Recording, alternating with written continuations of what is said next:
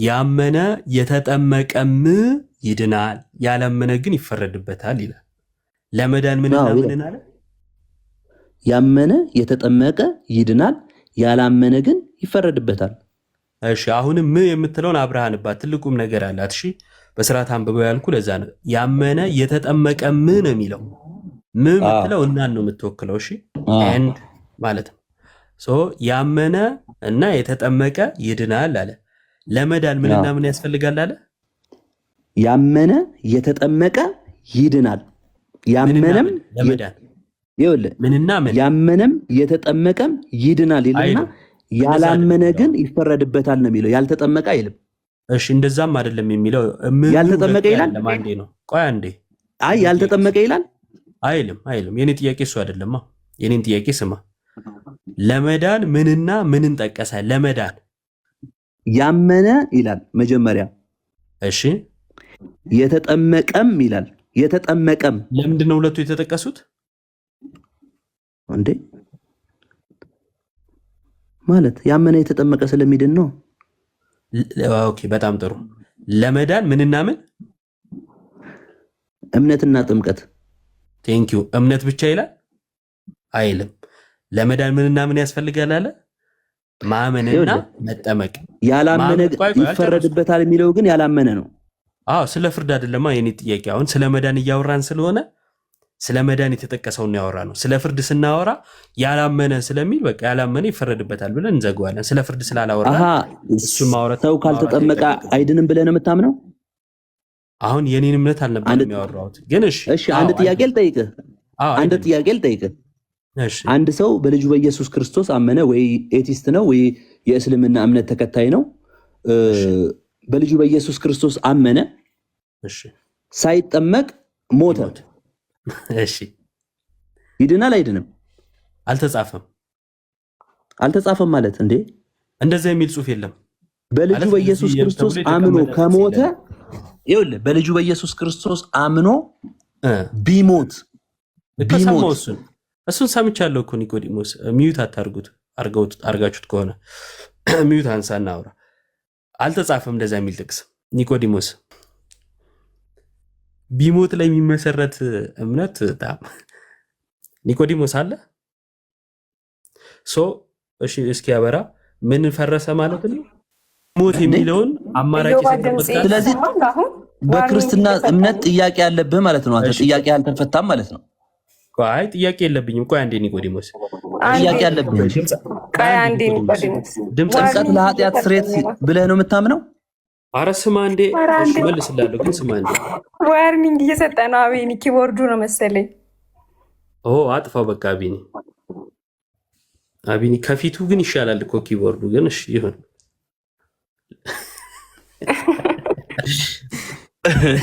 ብትሞት ኮፒ ሊንክ አድርጉት ጋይስ። እሺ ታብታብ ይደረግ ጋይስ፣ ታብታብ። እሺ መልስልኝ። ነው ረመድሃንያለም ተረጋጋ። ይኸው ሰምቻለሁ። ጥምቀት ለኃጢአት ስርየት ነው የምትለው አይደል ያልከው መጨረሻ ላይ ሰምቻለሁ። ግን አንዴ ታብታብ እንኳን እናስደርግ ቤቱን እስኪ። እሺ ይኸው ታብታብ አድርጉ ቤተሰብ ታብታብ እያደረጋችሁ እስኪ። ይሄ ድንቅ ትምህርት ነው። ባይዘወይ ብዙ ሰዎች ነፃ ይወጣሉ በዚህ ትምህርት። እውነት ነው። ይኸው ብዙ የስህተት ትምህርት ገልጠን እምነት ብቻና ፍርሰንማ ሰው እንዲሁ አይወጣም፣ ወደ ጌታ ይመጣሉ። እሺ እንዴ ሰውየው አምኖ ሳይጠመቅ ከሞተ መልስ ካላገኘ እኮ ክርስትና ሙሉ አይሆንም። ባይዘወይ አንዴ ኒቆዲሞስ ቢያንስ ታብታቡን ራስሽን ከፍ አድርጊ 500 ሺህ ያስገቡት። እሺ ጋይስ እየሰማችሁ ግን ታብታብ አድርጉት። ራስሽን ከፍ አድርጊ። አቢኒማ ምን ይሰራል ልቁኝ። እሺ እንደዚህ ግን ደስ አይልም እኮ። ዋናው በትልቁ አስተካከል ብሎኝ እዮባ እስኪ እኔ ሙሉ ሞዴሬተር ስጪ። አይ ምንም አይሰራልህም አቢኒ፣ ታበላሻለህ አንተ። እሺ አሁን በትልቁ አድርጊ ራስሽን። የራስሽን ንኪውና ከዛ በትልቁ አድርጊው። ብቻ እሷን እንትን ምቱት። እሺ ታብታብ አድርጉት ፕሮፋይሏ። እምቢ አለሽ? አሁንም የእናንተን ነው ማድረግ የምችለው። ኦኬ አሁን ልሞክር። እሺ እየሞከረች እኛ እንቀጥል አይደል? ታብታቡን 500,000 ቢያንስ ኮፒ ሊንኩን ቢያንስ 1500 አድርጉት። ያው ከሚቆራረጥ ማለት ነው እየተማማርንም ስለሆነ። እሺ የመጨረሻ ላይ ጠየቀኝ ጥያቄ ምንድን ነው? ጥምቀት የኃጢአት ስርየት ያስገኛል የምትለው አለኝ። አዎ አልኩኝ። መልሱ ማስረጃ ልስጥ ወይስ ትቀጥላለህ? ምን አል ማስረጃ? አዎ ማስረጃ እስተ እሺ የሐዋርያት ሥራ ምዕራፍ 22 ቁጥር 16፣ የሐዋርያት ሥራ ምዕራፍ 2 ቁጥር 38። የተመቸን ክፈተው።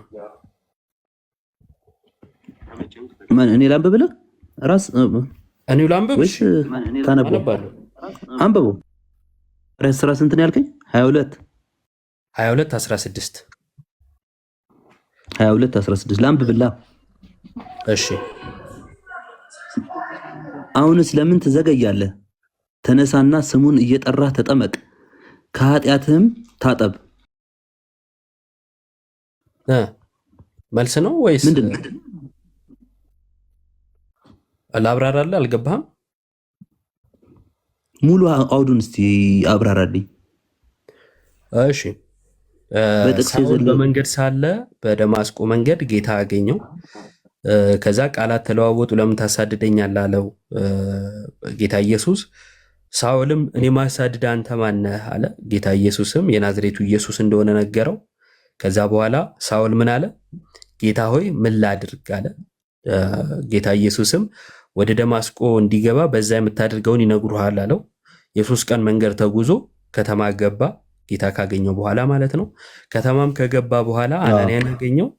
አናንያም ምን አለው? ለምን ትዘገያለህ? ተነሳና ስሙን እየጠራ ተጠመቅ፣ ከኃጢአትህም ታጥበሃል ሳይሆን ያለው ታጠብ ነው። ስለዚህ ከኃጢአቱ ለመታጠብ ስሙን እየጠራ መጠመቅ እንዳለበት ነገረው ማለት ነው። ከኃጢአት ለመታጠብ ጥምቀት ያስፈልጋል ምንለው በዚህ መጽሐፍ ቅዱስ ማስረጃነት ነው። ይሄ ብቻ አይደለም፣ የሐዋርያት ሥራ 2ንም ማስረዳት እችላለሁ። ሐዋርያው ቅዱስ ጴጥሮስ የተናገረው ትክክል። ወንድሞች ሆይ ምን እናድርግ ባሏቸው ጊዜ ንስሐ ግቡ፣ ኃጢአታችሁ ይሰረይ ዘንድ በጌታ በኢየሱስ ስም ተጠመቁ አሏቸው። ኃጢአታችሁ ይሰረይ ዘንድ ነው የተባሉት። ለሚጠመቁት ለኃጢአት ስርየት ነው ማለት ነው። ቃል በቃል ደግሞ ጴጥሮስ በመልእክቱ ላይ ደግሞ ተናግሯል። ይህም ውሃ ማለት ጥምቀት ምሳሌ ሆኖ አሁን ያድነናል ብሎ ተናግሯል። ይኸው ማስረጃዬ ኒቆዲሞስ ወንድሜ።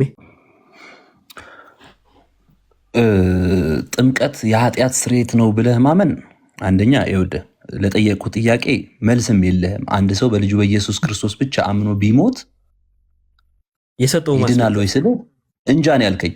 ይኸውልህ እንጃ ነው ያልከኝ። ቆይ አንተ አውርተሃል ዝም አልኩህ አይደል? እንደዛ አይደለም። እንጃ ነው ያልከኝ። አላውቅም ነው ያልከኝ። አልተጻፈም አልከኝ። አዎ አልተጻፈም ነው ያልኩህ።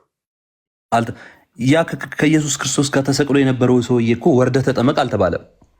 ከተጻፈ ግን መጀመሪያ የተጻፈውን ባለማወቅ እንድትወቅሰኝ ሐዋርያቶቹ ተጠምቀው ነበር። ስማ እስኪ ሐዋርያቶች ተጠምቀዋል። መጀመሪያ ቆይ እየሸፋፈን ነው። ሐዋርያቶች ተጠምቀው ነበር። ቆይ መልሳለሁ። ኒቆዲሞስ አንዴ መልሳለሁ። ሐዋርያት ተጠምቀው ነበር ነው ያልከኝ፣ ሰምቻለሁ።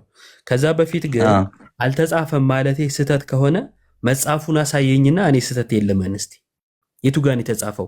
ያመነ ሰው ቢሞት ምን ይሆናል የሚለውን የተብራራበት ባይዘወይ ይኸውልህ ላይ ጴጥሮስ የመሪያው በበዓለ 50 ቆይ ስማኝ አንድ ነገር ልንገርህ። ቆይ ትነግረኛለህ ስለ ጥቅስ ቆይ አንድ ያስጨርሰኝ ሐሳቤን ሐሳብ ልነግርህ ነው።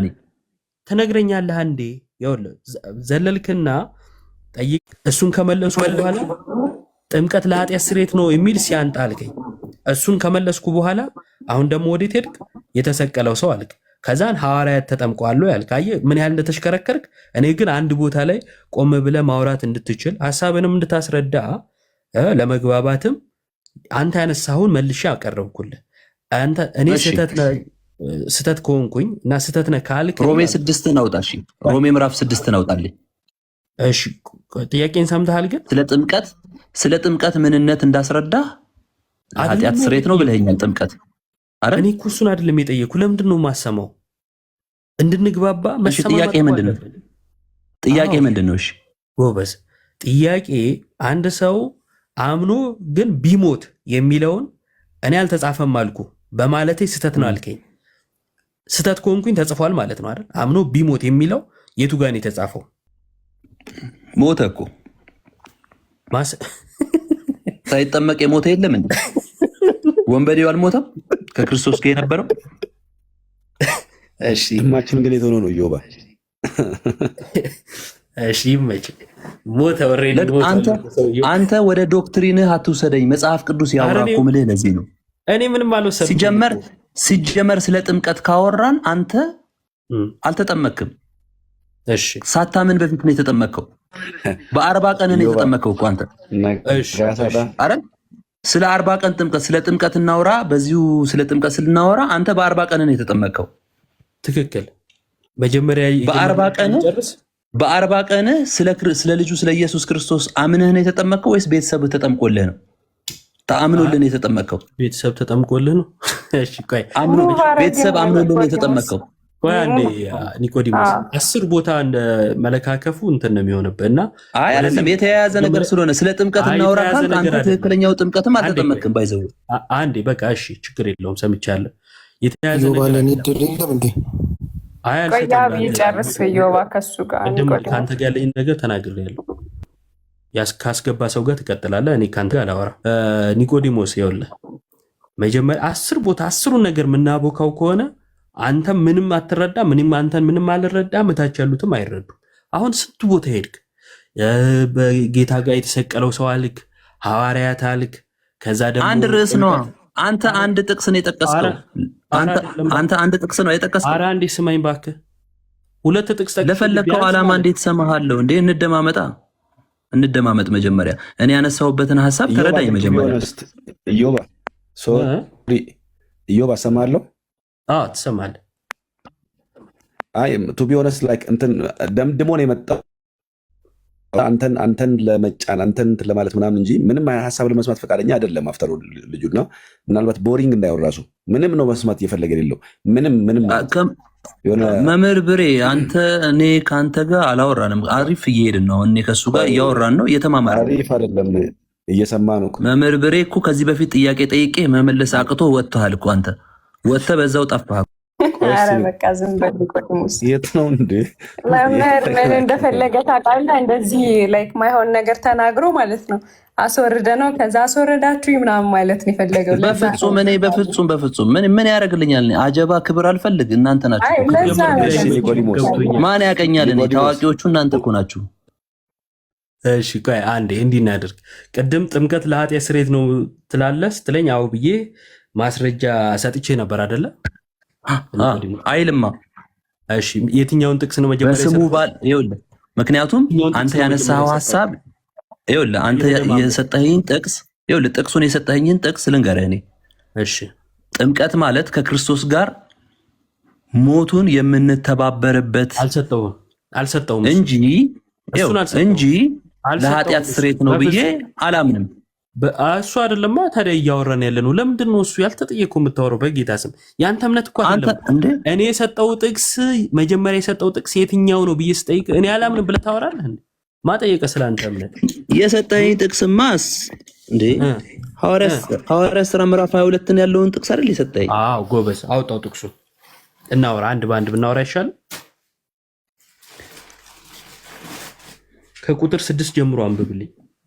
ጊዜ መግደል ካልፈለክ በስተቀር አውርተንበታል እኮ። እሺ ከቁጥር 6 በሐዋርያትም ፊት አቆሟቸው፣ ከጸለዩም በኋላ እጃቸውን ጫኑባቸው። የእግዚአብሔርም ቃል እየሰፋ ሄደ፣ በኢየሩሳሌምም የደቀ መዛሙርት ቁጥር እጅግ እየበዛ ሄደ። ከካህናትም ብዙ ሰዎች ለሃይማኖት የታዘዙ ሆኑ። እስጢፋኖስም ጸጋንና ኃይልን ተሞልቶ በሕዝቡ መካከል ድንቅና ታላቅ ምልክትን እያደረገ ነበረ። የነፃ ወጪዎች ከተባለችው ምኩራብ ከቀሬናና ከእስክንድሪያም ሰዎች ከቅልያና ምዕራፍ ስንት ነው ያልከኝ? ኦኬ ሶሪ 6ን እያነበብኩ ያለሁት 22 ያልከኛ። እሺ ከስድስት ጀምሮ ነው ያልከኝ። ሲሄድም ደማስቆ በቀረብኩ ጊዜ ቀትር ሲሆን ድንገት ከሰማይ ታላቅ ብርሃን በዙሪያዬ አንጸባረቀ፣ በምድርም ላይ ወደቀ። ወድቄ ሳውል ሳውል ስለምን ታሳድደኛለህ የሚለኝን ድምፅ ሰማሁ። እኔም መልሼ ጌታ ሆይ አንተ ማነህ አልኩት። እርሱም አንተ የምታሳድደኝ የናዝሬቱ ኢየሱስ እኔ ነኝ አለኝ። ከእኔም ጋር የነበሩት ብርሃን አይተው ፈሩ፣ የሚናገረኝንም የእርሱን ድምፅ ግን አልሰሙም። ጌታ ሆይ ምን ላድርግ አልኩት። ጌታም ተነስተህ ወደ ደማስቆ ታደርገው ዘንድ ስለታዘዝከው ሁሉን በዚያ ይነግሩሃል አለኝ። ከዚያም ብርሃን ኒቆዲሞስ ጌታ ሆይ ምን ላድርግ ባለው ጊዜ ጌታ ሆይ ምን ላድርግ ያለው አምኖ ነው ሳያምን? ማለት አምኖ ነው እንጂ እንዴ አምኖ ነው። የህፃን ጥያቄ አጠይቀኝ የምልህ እኮ ለዛ እኮ ነው። እኔ እኮ እሺ ችግር ስለ ጳውሎስ እያወራን አምኖ ነው ትለኛለህ? ነገር ለምን ታራዝማለህ? ይሄ እኮ እግዚአብሔር ይገስጽ። ይሄ ነገር የሚያራዝም ነገር ለምን ታራዝምብኛለህ? እሺ ሰምቻለሁ። እሺ ባትሳደብ ምናምን ጥሩ ነው ብያለሁ። ከተመቸ ቀጥልበት። እግዚአብሔር ይገስጽ ስትባል አሜን በል። አሜን ነው የሚባለው። እግዚአብሔር ይገስጽ ማለት ምርቃት አይሆንም። ግን ቆይ አንዴ ቶ አትረብሸው እንትኑን ጥያቄውና መልሱን። አሁን ቆይ አምኗል ብለኸኛል። በጣም ጥሩ። በደማስቆ መንገድ እያለ ሚውት አታድርጉት ምናምን የሚለው ማለት ነው። ፋራ እያለኝ ነው። ይመች ያራዳ ልጅ ብዬዋለሁ። እንቀጥል። ኧረ ስለ ራስህ አታውራ። በቃ ዝም ብለህ አውራ። ኮሜንት ለምን ታነባለህ? እኔ እስካሁን አላነበብኩም። ምን አገባ? እኔ የተሻለ ብቃት ስላለኝ እያወራውም ኮሜንት ማየትም እችላለሁ። ይሄ እኔ ብቃት ነው። በቃ አንተ ብቃቱ ከሌለ ዝም በል እንዴ። አልዳንክም። ለዛ ነው እኮ ስትሰደብ የሚያምህ ስትድን አያምህ። የመዳን ምልክት ኮሜንት አለማየት ነው። ይመችህ። አትናደድ ማለት ስትሳደብ አትናደድ። ይኸው የአንተ ተከታዮች እኔን እየሰደቡ የሐዋርያት ሥራ ምዕራፍ 22 ላይ ጌታ ሆይ ምን ላድርግ ባለው ጊዜ አምኗል ብሎናል። በጣም ጥሩ። ባመነ ጊዜ የኃጢአት ስርየት አግኝቷል? አዎ አግኝቷል። በጣም ጥሩ። ኒቆዲሞስ ጋር የደረሰው በስንተኛው ጊዜው ነው? ወደ ከተማ ገብቶ ሐናንያ ጋር ማለት ነው። ማን ነው ሐናንያ ጋር? ይቅርታ ሶሪ። በጣም ሐናንያ ጋር የደረሰው ማለት በስንተኛው ጊዜ ማለት?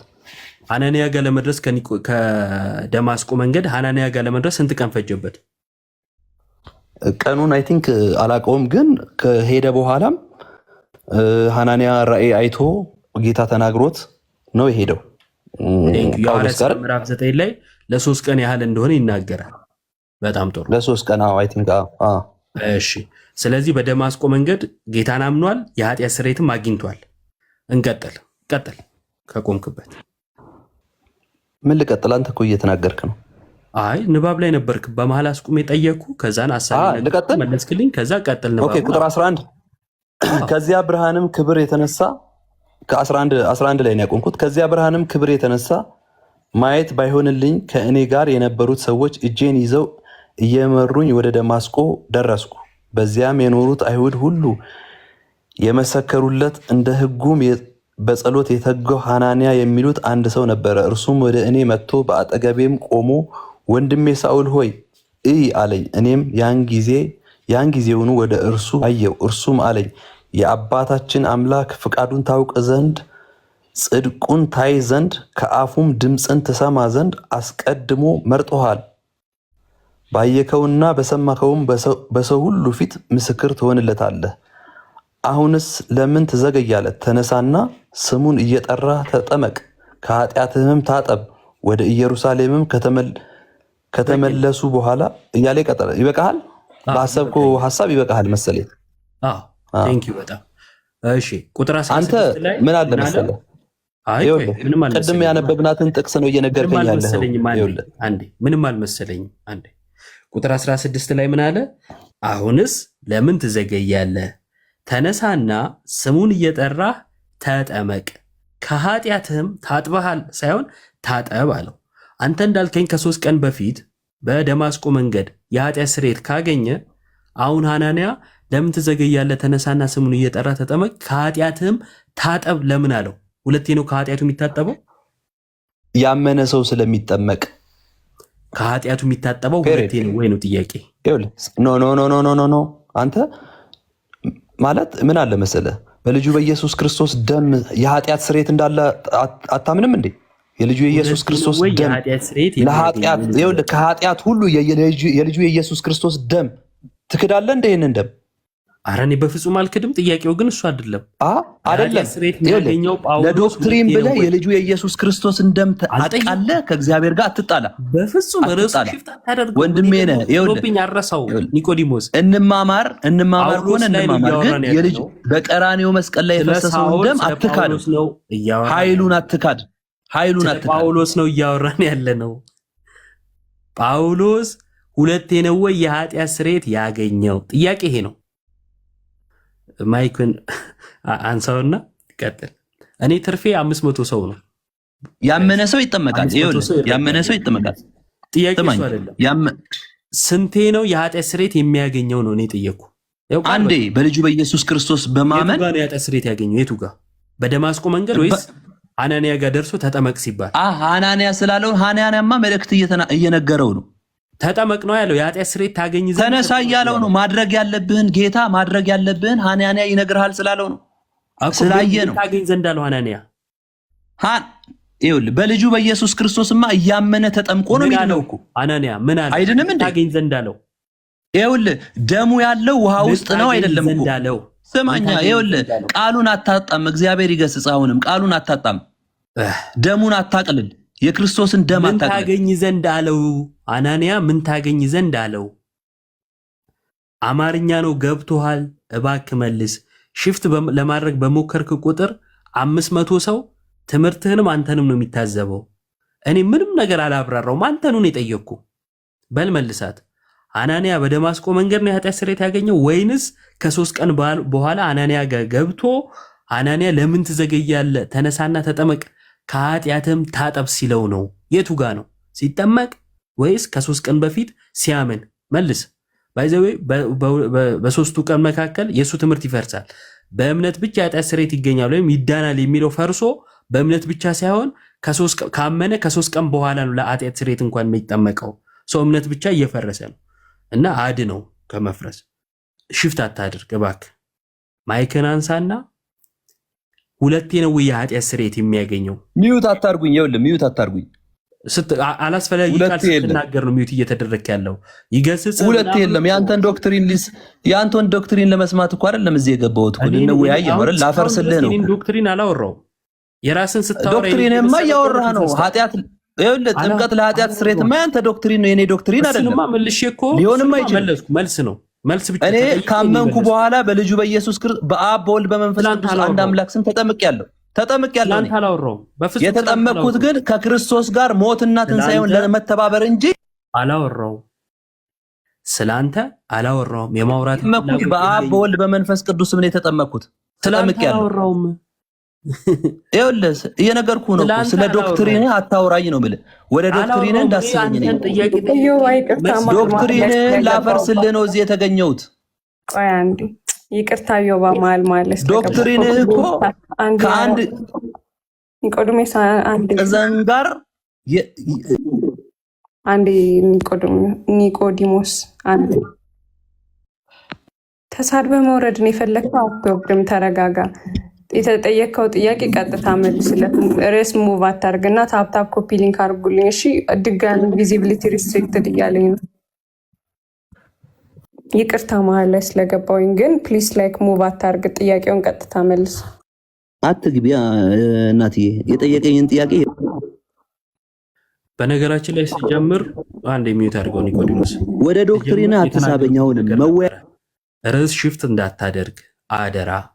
ባነሳነው ርዕስ አንተ ሚዩት አድርጋ እንዴ ሀሳቤ ልግለጽ። አንተው ባነሳኸው ነው እየተወያየን ያለ ነው። እኔ እንኳን ርዕስ አልመረጥኩም ወይም ቤቱ አልመረጠለም። እናውራ ባልከው እያወራን፣ ግን ርዕስ እንዳትቀይር ያልተጠየቀም ነገር ወይም ከርዕስ ውጭ እንዳታወራ ብዬህ ነበር። ግን ሆን ብለህ ትናገራለህ። አናስወጣህም። መልካት ስራ በቃ ለሰው ብለህ አሁን እኔን አውራኝ። መልካል ሰራው። አሁን ጥያቄ መልስልኝ። ጳውሎስ ሁለቴ ነው ወይ የኃጢአት ስርየት ያገኘው? መልስ። አንዴ ነው ያገኘው። የቱ ጋ? በማመን። የቱ ጋ? በማመኑ፣ በልጁ በኢየሱስ ክርስቶስ በማመኑ። እሺ ያመኑ የቱ ጋ ነበር ያልከኝ ቅድም? ደማስቆ መንገድ ላይማ አመነኩ። ባመነ ጊዜ ኃጢአት ስርየት አግኝቷል? አግኝቷል። አዎ። እንደዛ ከሆነ በደንብ ስማኝ። ባመነ ጊዜ በደማስቆ መንገድ ስማኝ፣ አትንተባተብ። ይኸውልህ ስማኝ፣ አስጨርሰኛ እንደ እያወራው ነው። በደማስቆ መንገድ የኃጢአት ስርየት አንተ ሐሳባት አረባክ ስማ ጥያቄ የጠየቅኩ ነው። በደማስቆ መንገድ የኃጢአት ስርየት ካገኘ ከ3 ቀን በኋላ ሐናንያ ለምንድነው እሱ ከኃጢአት ታጠብ ያለው? ከታጠበ ለምንድነው ታጠብ የሚባለው ነው ጥያቄው። መልስ ማይክን አንሳለሁ። ሞቱን እና ትንሣኤውን ለመተባበር ነው የተጠራው። አይልም ክፍሉ ነው ጳውሎስ ታጠብ ነው ያለው። ይኸውልህ ራሱ ጳውሎስ ሮሜ ላይ ሂዳ ሮሜ እናንብባ ቃሉን ሐናንያ የተናገረው ነው የጠየቅኩ። ጳውሎስ የተናገረው እንዴ እዛ ጋር ፈራው። ራሱ ጳውሎስ እኮ የተናገረው ነገር ፈራው እኮ አንተ። ይኸውልህ ባይዘው ይኸውልህ ልንገርህ፣ ሰማኝ ይኸውልህ አንድ ነገር ልንገርህ። አትንገረኝ እዛች ጥቅስ አንድ አትንገረኝ። ሐናንያ የተናገረው ላይ እያወራን ያለን ይኸው ቃል እገባልሃለሁ። ኧረ አንዴ ስማ እባክህ። ምን አይነት ሰው ነው? ሮሜ 6 ይኸው ችግር የለውም። አንተ ታብራራልኛለህ፣ ትጠይቀኛለህ ዛሬ ምንም ችግር የለውም። አሁን ግን እያወራን ያለ ነው ሐናንያ ያወራው ሐናንያ የተናገረው ላይ ስለሆነ ሐናንያ ለምንድነው እሱ በደማስቆ መንገድ የኃጢአት ስርየት ካገኘ ድጋሚ ለምንድነው እሱ ከኃጢአት ታጠብ የሚለው አልኩ። ይኸው ይሄን ሰምታችኋል መቼም። በደማስቆ መንገድ ከ3 ቀን በፊት የኃጢአት ስርየት ባመነ ጊዜ አግኝቷል ብሎናል ወንድማችን። ካገኘ አልኩኝ እኔ ከ3 ቀን በኋላ ሐናንያ ለምንድነው እሱ ከኃጢአት ታጠብ የሚለው? ይሄን ነው እኔ የጠየቅኩት። ትመልስልኛለህ? አዎ መልስልሃለሁ። እሺ መልስልኝ። እሺ ቁጥር 10 ላይ እዛው ቁጥር 10 ላይ ሄድ። ምዕራፍ 22 ጌታ ሆይ ምን ላድርግ አልኩት። ጌታም ተነስተ ወደ ደማስቆ ሂድ፣ ታደርገው ዘንድ ስለታዘዝከው ሁሉን በዚያ ይነግሩሃል አለኝ። እየሰማኝ ነው አይደል? አዎ።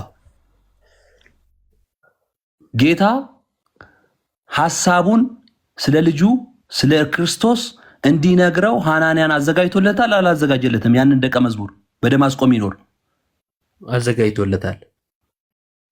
እሱን መልእክት ነው ያካፈለው የነገረው። በቀናነት መንፈስ ተረዳኝ። ይኸውልህ አሁን እኔ ጠየቅኩ ምንድን ነው? ሰማኝ። ይኸውልህ አንዴ ላውራ። አወራህ እኮ ብዙ ተናገርክ፣ ብዙ ሰምቻለሁ እኮ አይደል? ሰማኛ አንተ ይኸውልህ እንዳንተ አይነት መቁንጽል ሐሳብ አንድ ጥቅስ ይዘው ብዙ ሃይማኖቶች ተመስርተዋል እኮ። አንተ ባይዘይ ምዕራፍ 2 ላይ የሐዋርያት እምነት ተመሰረተው። ይኸውልህ ሰማኛ ግን ችግር የለም። እኔ ጠየቅኩ ምንድን ነው? ሰማኛ ወንድሜ ለማሰማኛ ሐናንያ ያደርገው ዘንድ የሚገባውን እግዚአብሔር የነገረውን ነገረው እንጂ ስለተጠመቀ አይደለም። ጳውሎስ ሄዳ ነው ኃጢአቱ የተሰረየለት።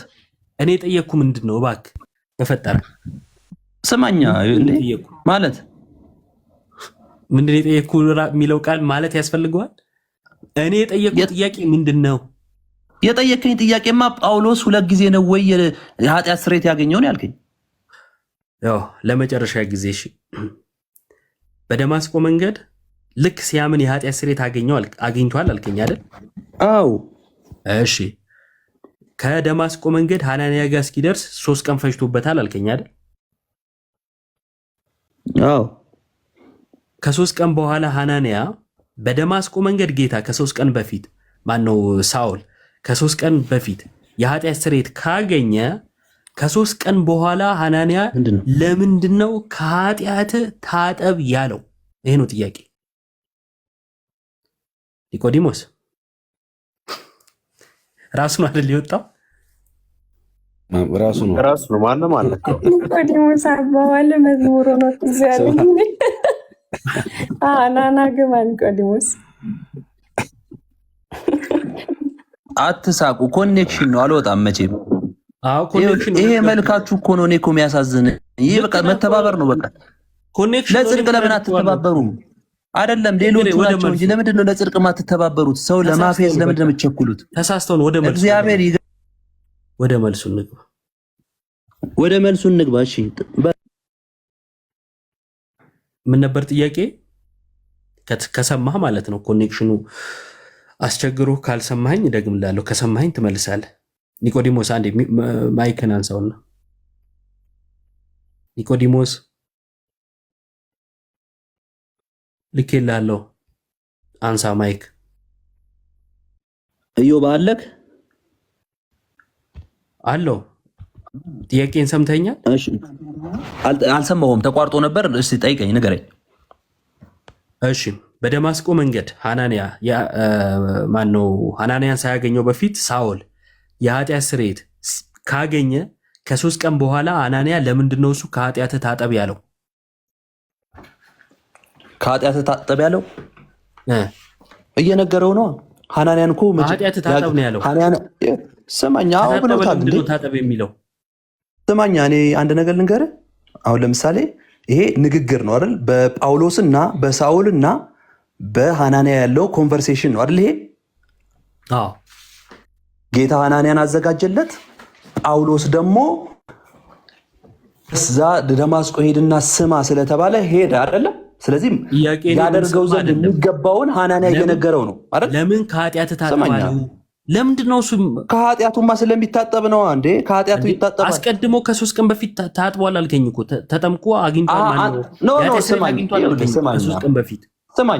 ስማኝ፣ ይኸውልህ የዳነው ጸጋውን የተቀበለው በእምነቱ በልጁ በኢየሱስ ክርስቶስ በማመኑ። አሁን ለምሳሌ እሺ ሐዋርያ ሥራ ምዕራፍ 2 ላይም እኮ ቅድም ያነሳው ሐሳብ አለ። ሐዋርያ ቅዱስ ጴጥሮስ የመጀመሪያውን ስብከት ስማኛ፣ እሱ ጋር እንሄዳለን። ይህን ጨርሳ እንዴ እኔ ሳወራ አንተ ስታወራ ነው የምንግባባው። ሌላ ጥቅስ ነው እሱ ሌላ ጥቅስ ነው። ይሄኛው ሌላ ጥቅስ ነው። ቅድም ጠቅሰኝ ያው እኮ ነው። ሁለቱ ጥቅስ ነው ያለህ፣ ሌላ ነገር የለህም እኮ። ሁለቱ ጥቅስ ነው ያለህ እኮ፣ ሌላ ጥቅስ የለህም እኮ። ሐዋርያት ሥራ ምዕራፍ 2 እና 22 ነው ያለህ። ሌላ ጥቅስ አለህ ለኃጢአት ስርየት የሚሆን? በደንብ ነው ያለኝ። አንተ የጠቀስከው ላይ ነው ማሳየህ፣ እዛው ላይ ችግር የለውም። ግን በቃ በጣም አሰልቺ ነው እውነት ለመናገር። ጥያቄ እጅግ በጣም ግልጽ ነው። ሐናንያ በደማስቆ መንገድ የኃጢአት ስርየት ካገኘ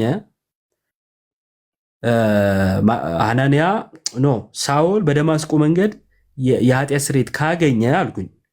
ለምንድን ነው እሱ ሐናንያ ከኃጢአት ታጠብ ያለው የሚል ጥያቄ ነው የጠየቁት። በጣም ግልጽ ነው። ከኃጢአቱ አስቀድሞ ከታጠበ ለምንድን ነው ድጋሚ ታጠብ የሚባለው? አስቀድሞ የበላን ሰው መልሰ ብላ እንዴት ትለዋለህ እንደማለት ነው። ይሄ ደግሞ የኃጢአት ስርየት ነው። ይህን በቀጥታ መመለስ አልፈለገም። በጣም እንትን ነው። ሰማኝ፣ ወደ ራስ ሀሳብ አትሂድ። አሁንም ማለት ወደ ራስ ሀሳብ አትጭመቀው። ጥያቄውን ወደ ራስ ሀሳብ ነው እየጨመቅኩ ያለው። ኖ በቀጥታ ማትመልስልኝ ከሆነ እናበቃለን። የዚህን ያክል ከተንከባከብን ይበቃናል። መልስ የለህማ፣ ማስወጣት ነው የምትችለው። ሌላ ምን? እኔ ጠይቄ እኔው መልስ የለኝም። መልስ የለህም። አዎ ከእሱ ጋር የሚቀጥል ሰው አለ? የሚቀጥል ሰው ኒቆዲሞስ ሌላ ሰው ጋር መምህር ብሬ ይቀጥል እስቲ። መምህር ብሬ በቂ ነው።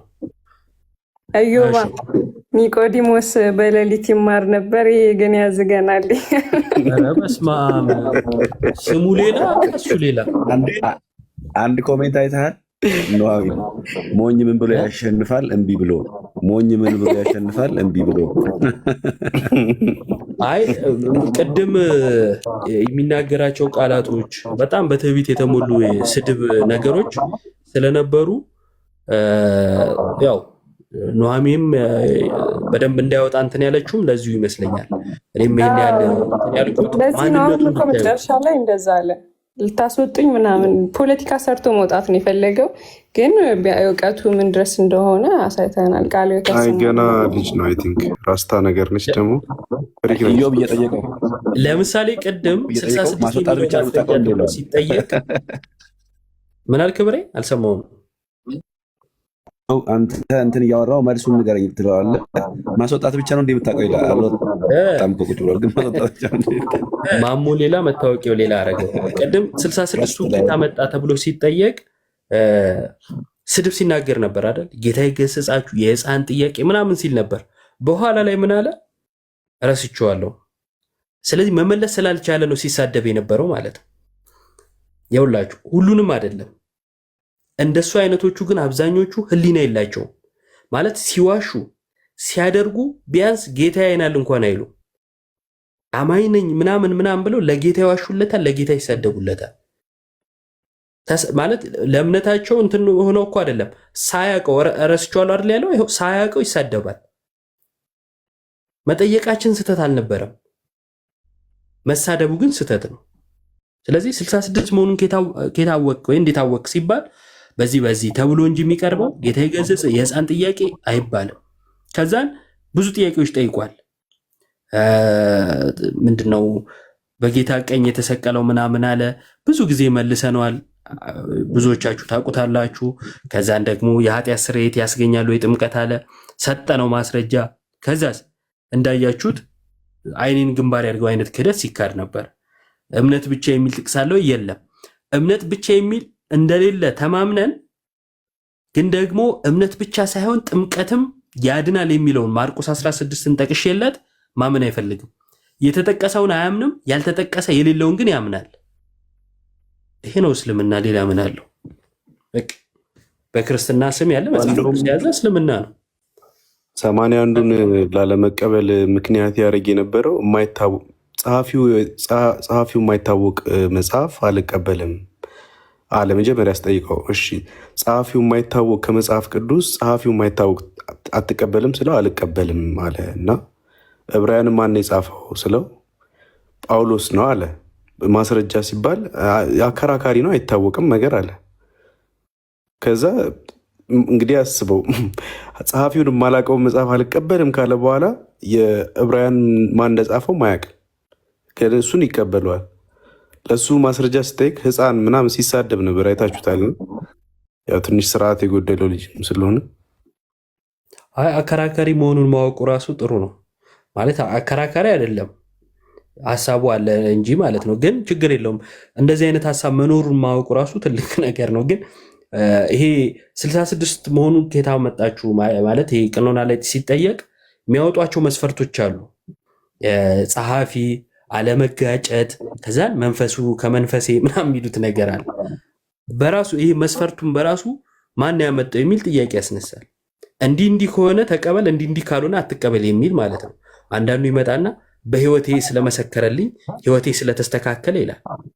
ብዙ መጽሐፍትን አንብበው ዝም ብሎ ፊክሽን መጽሐፍት አንብበው ህይወታቸው የተቀየረላቸው ሰዎች ሊኖሩ ይችላሉ። ህይወት ስለተቀየረለት ወይም የሆነ ነገር ስላገኘ ከዛ መጽሐፍ ኦኬ ይሄ መጽሐፍ ቅዱስ ነው ማለት አለበት ማለት ነው። ያልተጋጨን መጽሐፍ ሁሉ መጽሐፍ ቅዱስ ትላለ ማለት ነው። ጸሐፊውን ያወከውን ሁሉ መጽሐፍ ቅዱስ ነው ትላለ ማለት ነው። አይደለም። ጸሐፊውን የማይታወቅ ከሆነ አልቀበልም የምትል ከሆነ ማይታወቁ አሉ። ሰው መጽሐፍ ቅዱስ አትቀበልም ማለት ነው። አይ እንደዚህ ምናምን ብሎ ወደ ስድብ አይገባም። አየህ አስቀድሞ መስፈርቱን ከየት አመጣኸው የሚል ጥያቄ ሲመጣ ቢያንስ የመስፈርቱን ምንጭ እንኳን ማስረዳት ይኖርባችኋል። እና ቀኖና በታሪክ ውስጥም ያው ሰፊ ነው ታውቃላችሁ። ከአይሁዳውያን ጀምሮ ማለት ነው። አሁን ያለ ብቻ ሳይሆን አይሁዳውያኑም ዘንድ የቀኖና ጉዳይ ዝግ አይደለም ማለት የተለያየ የቀኖና እንትን ነበራቸው የሚቀበሉት ማለት ነው። እና ያ በታሪክ ውስጥ አለ ምናምን ሰፊ ነው። ግን ከዛ አስቀድሞ የሆነ እንትኑ ለማውራት የሚጋብዝ ሰው ቢኮን ጥሩ ነው። እውቀት ሼርም ለማድረግ ይመቻልና ኒቆዲሞስ የሚባል ሰው ከባድ ነው። ለማንኛውም ቀጥሉ። ፍቅሬ እባክህ ስድቡ ምናምን ትተህ ለአንተ ያለኝ መልእክት ማለት ነው።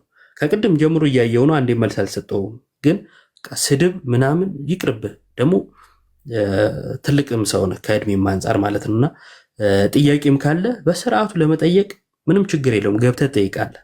ግን በስድብ መጀመር ከሆነ እናንተ እኮ ምናምን ብሎ ከማዋረድ ከተጀመረ ከባድ ነው። ምክንያቱም አንተ ጋር ያለው አፍ እኔ ጋር አለ። አንተ መጻፍ እንደቻልከው እጽፋለሁ፣ አንተ ማውራት እንደቻልከው አወራለሁ። ያኔ አንግባባም። በጸባይ ከተጀመረ በጸባይ ያልቃል።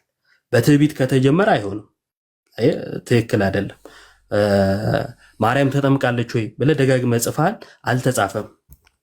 አጭሩ መልስ ይሄ ነው። ማርያም ተጠምቃለች አልተጠመቀችም የሚል መጽሐፍ ቅዱስ ላይ አልተጻፈም።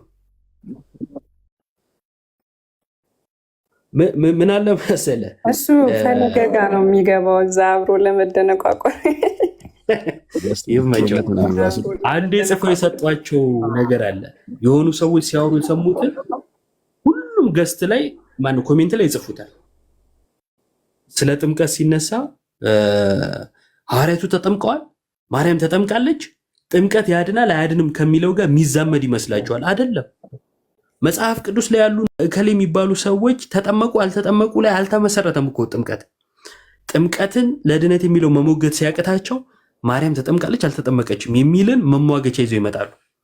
አጭሩ መልስ ይኸው አልተጻፈም። በቃ መጽሐፍ ቅዱስ ላይ አይደል? ቀጥሎ እኮ ጥቅስ ነው የምጠይቀኝ። ከዚሁ ዘጋውብህ። አልተጻፈም። ጥምቀት ለድነት ግን የሚል አለ። ስለዚህ ማርያም ላይ ሳይሆን የምናወራው ጥምቀት ላይ ይሆናል ማለት ነው። አይ መሞገት የፈራኸውን አዙሬ ያመጣብሃለሁ። ስለዚህ እንደ እንትን ሰው የጫነውን ተሸክሞ ከመሄድ አንብቦ እንደዛ ማድረጉ የተሻለ ነው እና አንዱ እቡይ ገብቷል። ቀጥሉ። አንተ እቡይ ምንድን ነው? አንተ አሮጋንት አለ። ማርያም ካልተጠመቀች አልጠመቅም ሊሉ ምንድን ነው? አንጠመቅም ነው። ክርስቶስ ያዘዘውን ትታችሁ አሁን ተጠመቀ አልተጠመቀ ያልተጻፈ ጉዳይ ላይ የምትዳክሩት ምንድን ነው? የተጻፈውን አትቀበሉም? ሲጀመር መጽሐፍ ቅዱስ ሊስት ነው እንደ የተጠማቂዎች ስም ዝርዝር እኮ አይደለም የሚዘረዝረው። የዛሬ ትምህርት ግን ገብተዋል ዮሐዴ? እኔ የገባኝ ኢዮብ እቡይ እንደሆነ ብቻ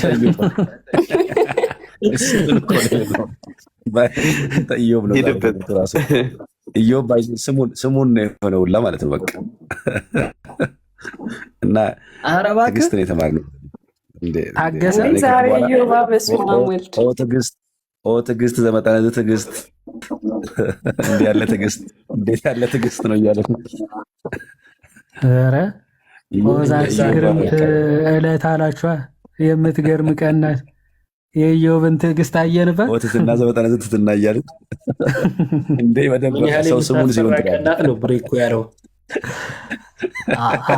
እኮ እሱ እኮ ነው ምጽአት እንደደረሰ ነው የሚያሳየው እኮ። አሁን አስቧል። ኢዮባ ከታገሰ ከባድ ነው። ቀጥሉ እስኪ የሚገባው ካለ። ኢዮባ አይ ቲንክ ያብን ያስገቡት ይቅርታ ኢዮብ እያለ ሜንሽን እያደረገ ይቅርታ ሲጠይቅ ስለነበር ነው። አይ እኔ ችግር የለውም ግን ቤተ እምነት ስጠይቅ በጣም ቀላል ነገር እኮ ነው። ይሄ የትኛው ላይ ነው የምትከታተለው? ነው አጭርና ግልጽ ነው። ከሊያውም ከሌላ ሰው ጋር እያወራው መሀል ስለገባ ነው የጠየቅኩት። ሌላ ምንም የተናገርኩት ነገር የለም። ግን እንዲህ በጥቢት አልናገርም ምናምን በሚል ከሆነ እኔም መብት አለኝ ማለት ነው። ያንተን ጥያቄ አልቀበልም ላወራ አልፈልግም ብዬ መዝጋት እችላለሁ። የትኛው ቤተ እምነት ነው ብትለኝ ኦርቶዶክስ እልሃለሁ።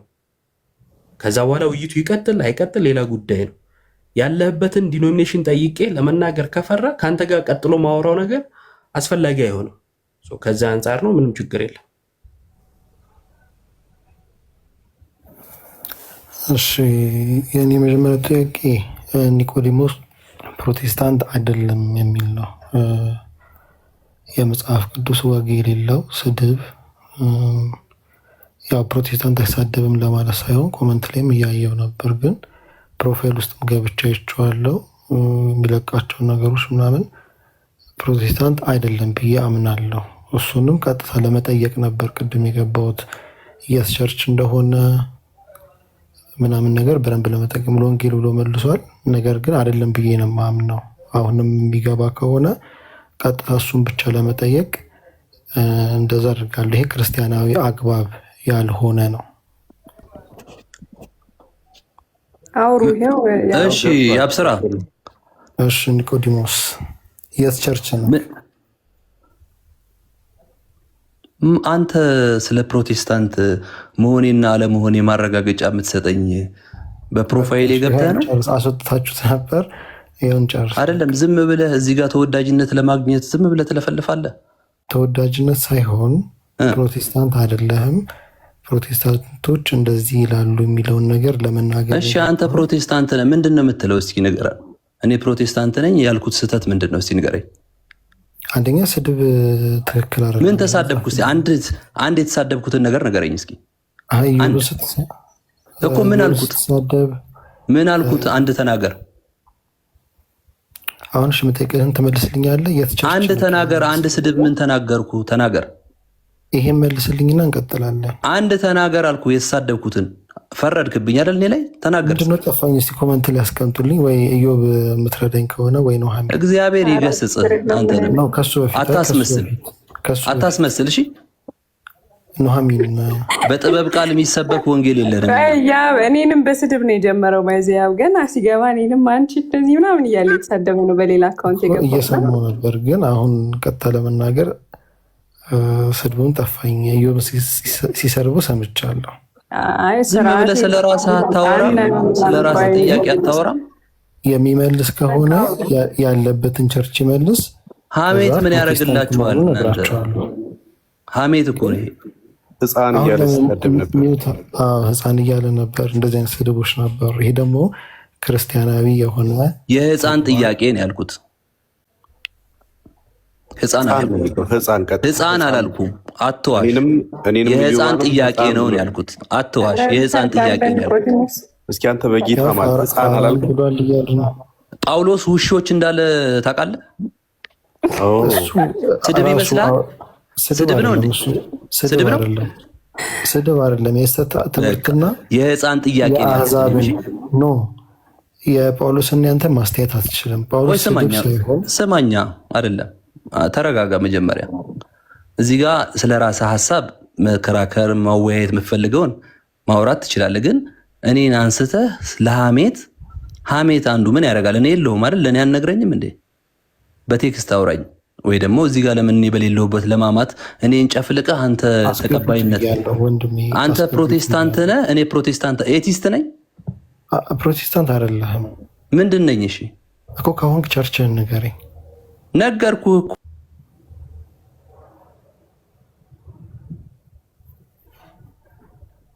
ከዛ ደግሞ እኔ እዚህ ቤትም ሁላችሁም ማማቃችሁ ሞር የአኬን ትምህርቶች እሰማለሁ። አይ ሪስፔክት ሂም በደንብ አከብረዋለሁ፣ አከብራችኋለሁ። ሰው ከሰው ላይ እንትን ለማድረግ ሳይሆን አንዳንድ ደግሞ አሉ እዚህ ቲክቶክ ላይ ያው ስም ሜንሽን ባላረግ ጥሩ ነው። ልክ እንደገባው የሆነች ነገር ሳውራ ንቅል ማድረግ፣ ሚውት ማድረግ፣ ማስወጣት ምናምን ነገር። ይሄ በአግባብና በስርዓት እግዚአብሔርን ቃል የምንወያይ ከሆነ ለመወያየት አመጣው። ቅድም እሱ እንደዛ እየተሳደበ ያ ሁሉ ሰዓት ተሰጥቶት እኔ ግን እንትን ለማድረግ አይደለም እሱን ለመጠየቅ ነው የመጣሁት ስል ወጣሁኝና በዚህ ቅራኔ ያለኝ። በጣም አከብራችኋለሁ፣ ወዳችኋለሁ። ነገር ግን እንደዚህ ባይሆን ባይነኝ። እኔ ፕሮቴስታንት ጋር አብዛኞቹ ቤት የማይሆን ነው ገስት ወይ ቲክቶክ ከፍተው እንደ ባለስልጣን የሆነን ሰው መንቀል፣ ማስወጣት፣ እንዳያወራ ማድረግ፣ መጨቆን በእኛም ቤት ያለ በፕሮቴስታንት ቲክቶከሮች ቤትም ግን ያ ለዛ አይደለም ያስወጣክ። ወይ ለምን አንሜት እንዳላረገ አላውቅም። ያስወጣክ የት ቸርች ነህ ሲልህ መመለስ አልፈልግም ነው የት እንደሆነ ሳይሆን ሙሉ ወንጌልም እኮ ብያለሁ። ከዛ መመለስ አሁን አልሰማሁም። ሙሉ ወንጌል ስትል መመለስ አልፈልግ ሳይሆን ልጁ ፕሮቴስታንት አይደለም ለማለት ነው የገባሁትኝ። አንደኛ ልጁን ነው የምጠይቀው ወይ ምናምንም አይደለም። የተናገርኩት ጥያቄ አለኝ ብቻ ነበር ያልከው። እሱንም ቢሆን አጠይቅም ምናምን አይደለም ያልኩ። ከየት ቤተ እምነት ነህ አልኩ። ፕሮቴስታንት አልከኝ። የትኛው ዲኖሚኔሽን ስል አስፈላጊ አይደለም አልክ። መናገር አልፈልግም አልክ ማለት ነው። ከዛ አስወጣው። ይሄ የኔ መብት ነው። ሰው አለማክበር ወይ ምናምን አይደለም። ያለበትን ዲኖሚኔሽን መናገር ከማይፈልግ ሰው ጋር አልወያይም ስል ማስወጣት እችላለሁ። ማክበር አለማክበር አይደለም። ሁለተኛ ነገር ደግሞ ስለሱ ሀሳብ ልሰጥ ነው የሚለውንም አልሰማንም። ብሰማም ኖሮ እድሉን አልሰጠም ነበር፣ ምክንያቱም ከሱ ጋር ትምህርት ላይ ልናወራ ስለነበር። ግን ደግሞ አንተ ራሱ የገባኸው እኔና እሱ ልናወራ ስንል በመሃል ነው። በመሃል ገብተህ ጥያቄ አለኝ ያልከው። ከዛን አንተ ማን ለምን ጠይቃለህ ምናምን አይደለም ያልኩ። እኔ ያልኩ ምንድነው የት ቤተ እምነት ነህ? ፕሮቴስታንት። የትኛው ዲኖሚኔሽን? አልናገርም። እታችሁን አለቀ። ምንም እንደዚህ እንደዛ የሚያስብል ነገር የለውም። ክብር የሚነካ ምንም ነገር የተናገረ ሰው የለም። አሁንም ደጋግሜ የምናገረው ነገር ያለበትን ዲኖሚኔሽን ወይም ቤተ እምነቱን መናገር የማይችል ሰው አላወራም። ይህንን የተናገርኩት እንደዛ ነው። ትምህርት ላይ የምታወራ ከሆነ ወንድሞች አሉ፣ ከእነሱ ጋር መቀጠል ትችላለህ። እሺ፣ አመሰግናለሁ። ኑሐሚን በቅድሞ ሀሳብ መቀጠል ትችላለሽ። በእምነት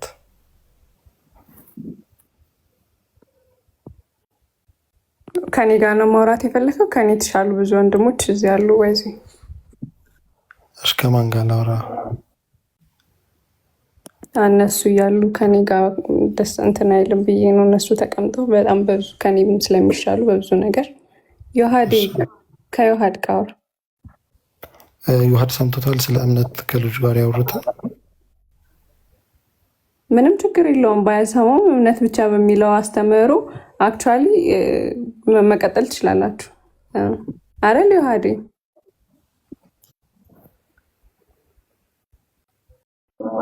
የሚለውን ሀሳብ ከሰማ እንዴ መቀጠል ይችላል። ሚዩት ነኝ እንዴ? ማነው እያወራ ነበር? አይጀግነው። ኧረ አንሚዩት አላረገውም ፓፓ። ኧረ አድርጌው ነበረ። እሺ በእውነት እምነት ብቻ በሚለው ነው ወይ እያልኩኝ ነበር። የአብስር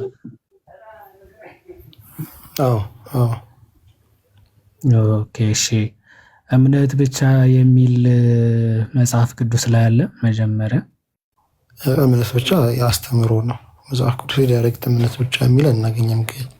ግን ከመጽሐፍ ቅዱስ በአዲስ ኪዳን ላይ ከተውጣጡት ቃላቶች አሁን ለምሳሌ ቀጥታ ስላሴ የሚል የለም። ነገር ግን የስላሴ አስተምሮ አለ። አስተምሮ የቱ ጋ ነው ያለው? እምነት ብቻ የተባለበት ያው ጸጋው በእምነት አድኗችኋል፣ ይህም ከእናንተ ስጦታ አይደለም፣ ማንም እንዳይመካ ከስራ አይደለም ይላል። እንደዚህ ብዙ ቦታ ላይ ሰው በሕግ ስራ ሊጸድቅ እንደማይችል በክርስቶስ ኢየሱስ በማመን ብቻ እንደሚድን ሮሜም ላይ ብዙ ቦታዎች የአዲስ ኪዳን ቃላቶች ላይ ከዛ ደግሞ ዮሐንስ 3ም እንደዚህ በብዛት ይናገራል። ሰው በእምነት እንደሚድን በእምነት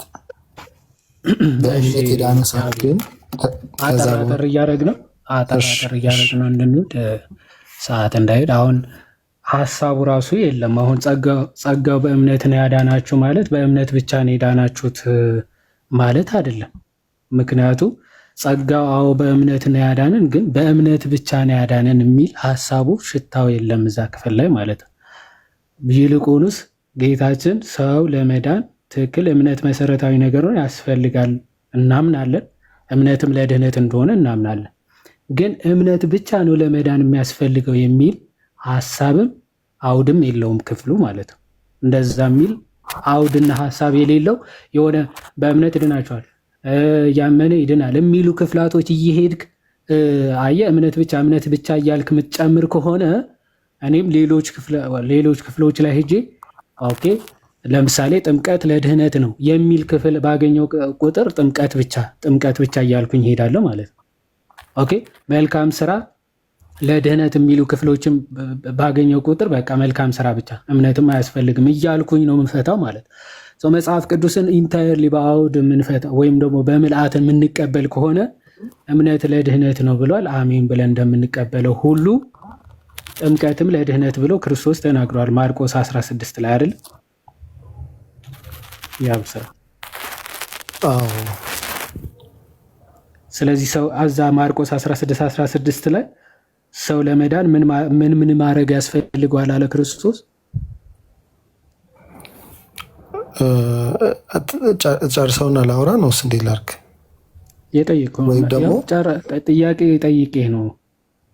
ለመዳን ሰው ምን ማድረግ ይጠበቅበታል ይላል ማርቆስ 16 ያመነ የተጠመቀም ይድናል፣ ያላመነ ግን ይፈረድበታል ይላል።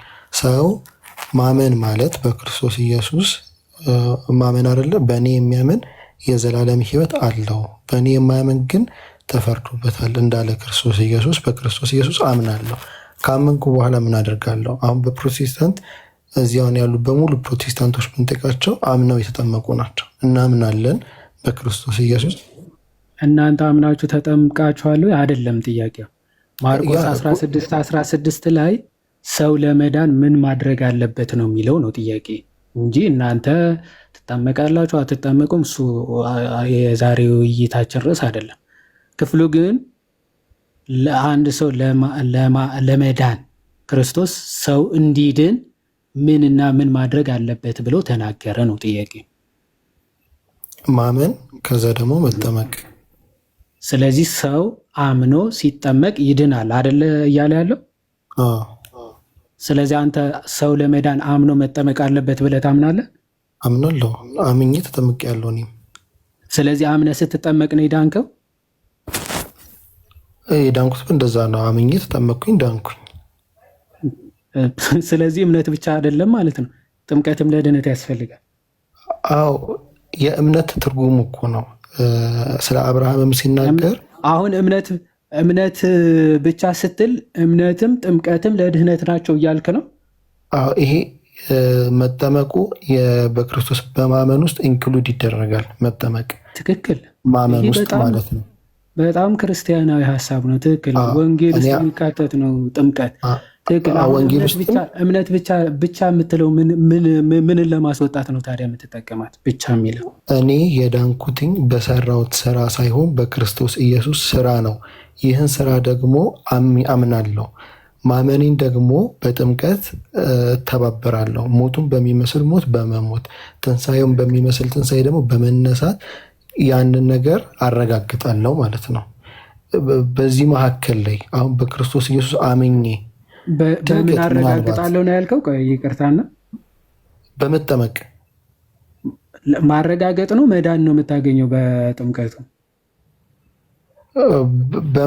በማመን ድነትን ካገኘው በኋላ ከዛ ደግሞ እጠመቃለሁ።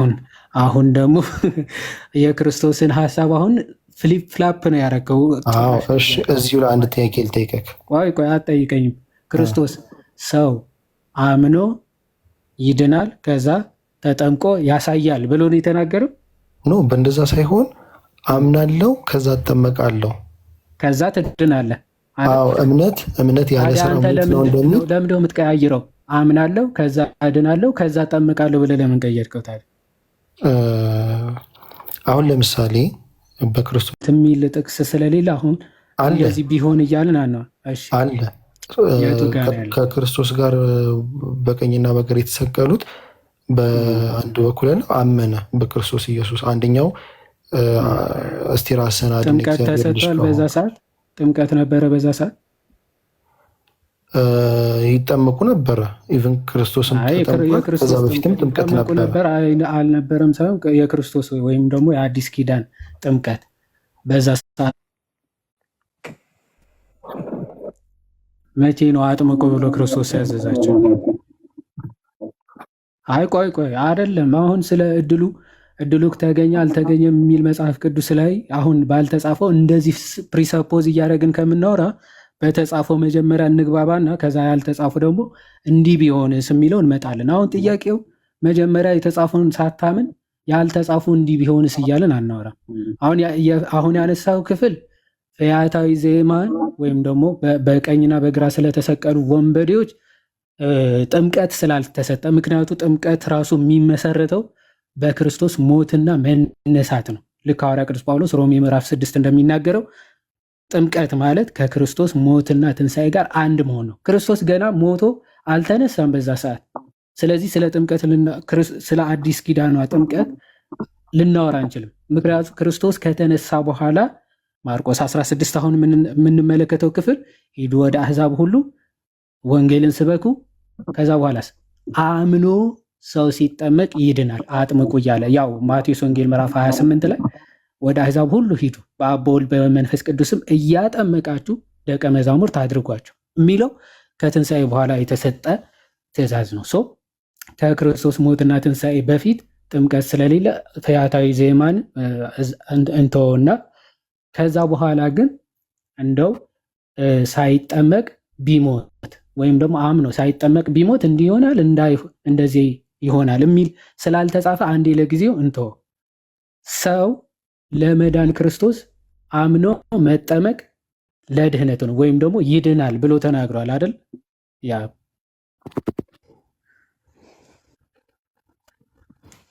አሁን እየነገርኩ ይሄ ፕሪሰፖዚሽን እንዲህ ቢሆን እያልክ አታውራ። መጀመሪያ የተጻፈውን መጽሐፍ ቅዱስ ላይ እንስማማ እያልኩ ነው።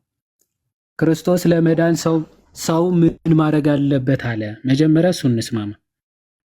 ክርስቶስ ያስተማረውን ሳንቀበል አሁን እንዲህ ቢሆን እንዲያ ቢሆን እኮ አያስማማንም። የክርስቶስ ቃል ካላግባባን ያልተጻፈ እንዴት ነው ሊያግባባን የሚችለው? ማርቆስ 16:16 ያመነ የተጠመቀም ይድናል ይላል አይደል? አይደል? ያ ትቀበለዋለህ ይሄን ቃል አይደል? በጣም አሪፍ። ስለዚህ ሰው ይድናል የተባለው ምን ሲያደርግ ነው? እሺ እምነት ለድህነት ነው አይደል?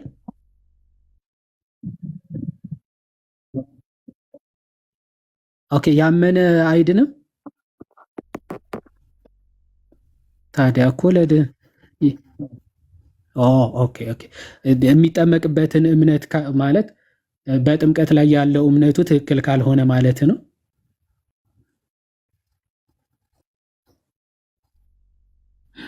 እሺ ከዛ ትድናለህ።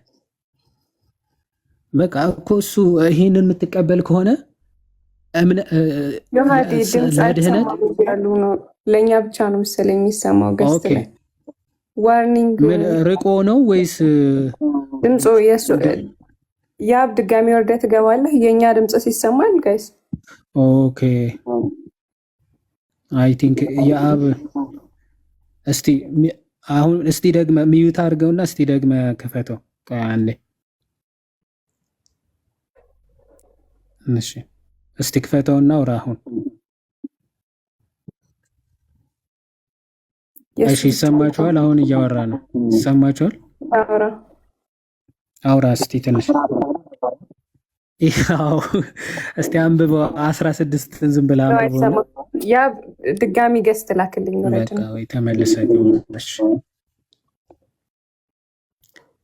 ያስተጋባል ደግሞ መሰለኝ ድምፁ ራሱ አይደል?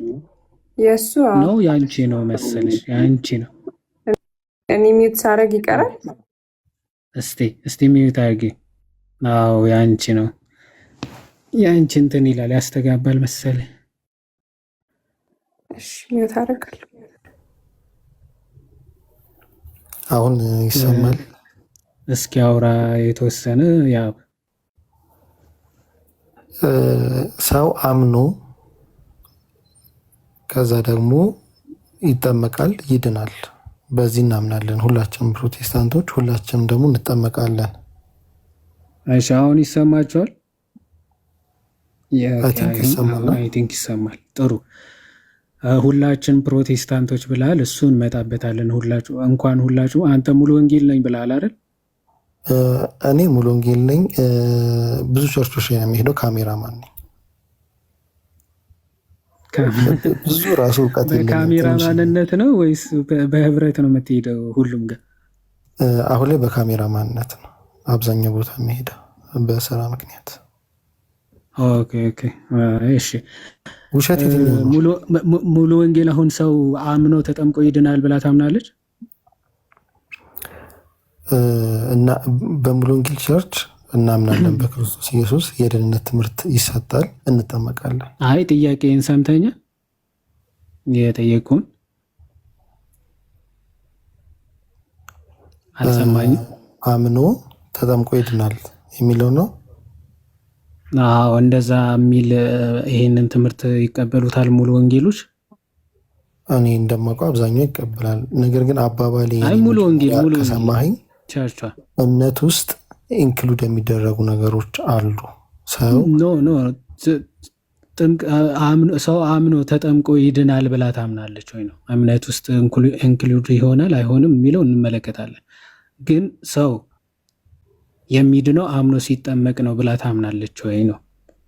ሙሉ ወንጌል በመጠመቁ አይደለም ድነት፣ ለጥምቀት ድነት ብለን አናምንም።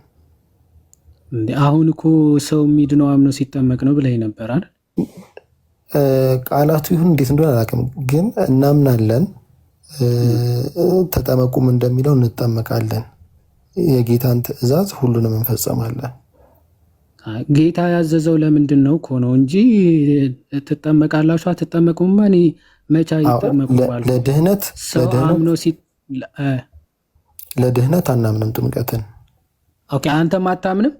እኔም አላምንም፣ ግን አምኜ እጠመቃለሁ። ስለዚህ ክርስቶስ ሰው ለመዳን አምኖ መጠመቅ አለበት ያለው አትቀበለውም ማለት ነው አይደል? እምነቴ ነው የሚያድነኝ። በእኔ የሚያምን ክርስቶስ አምኖ ይድናል አይደለም ያለው ቃሉ።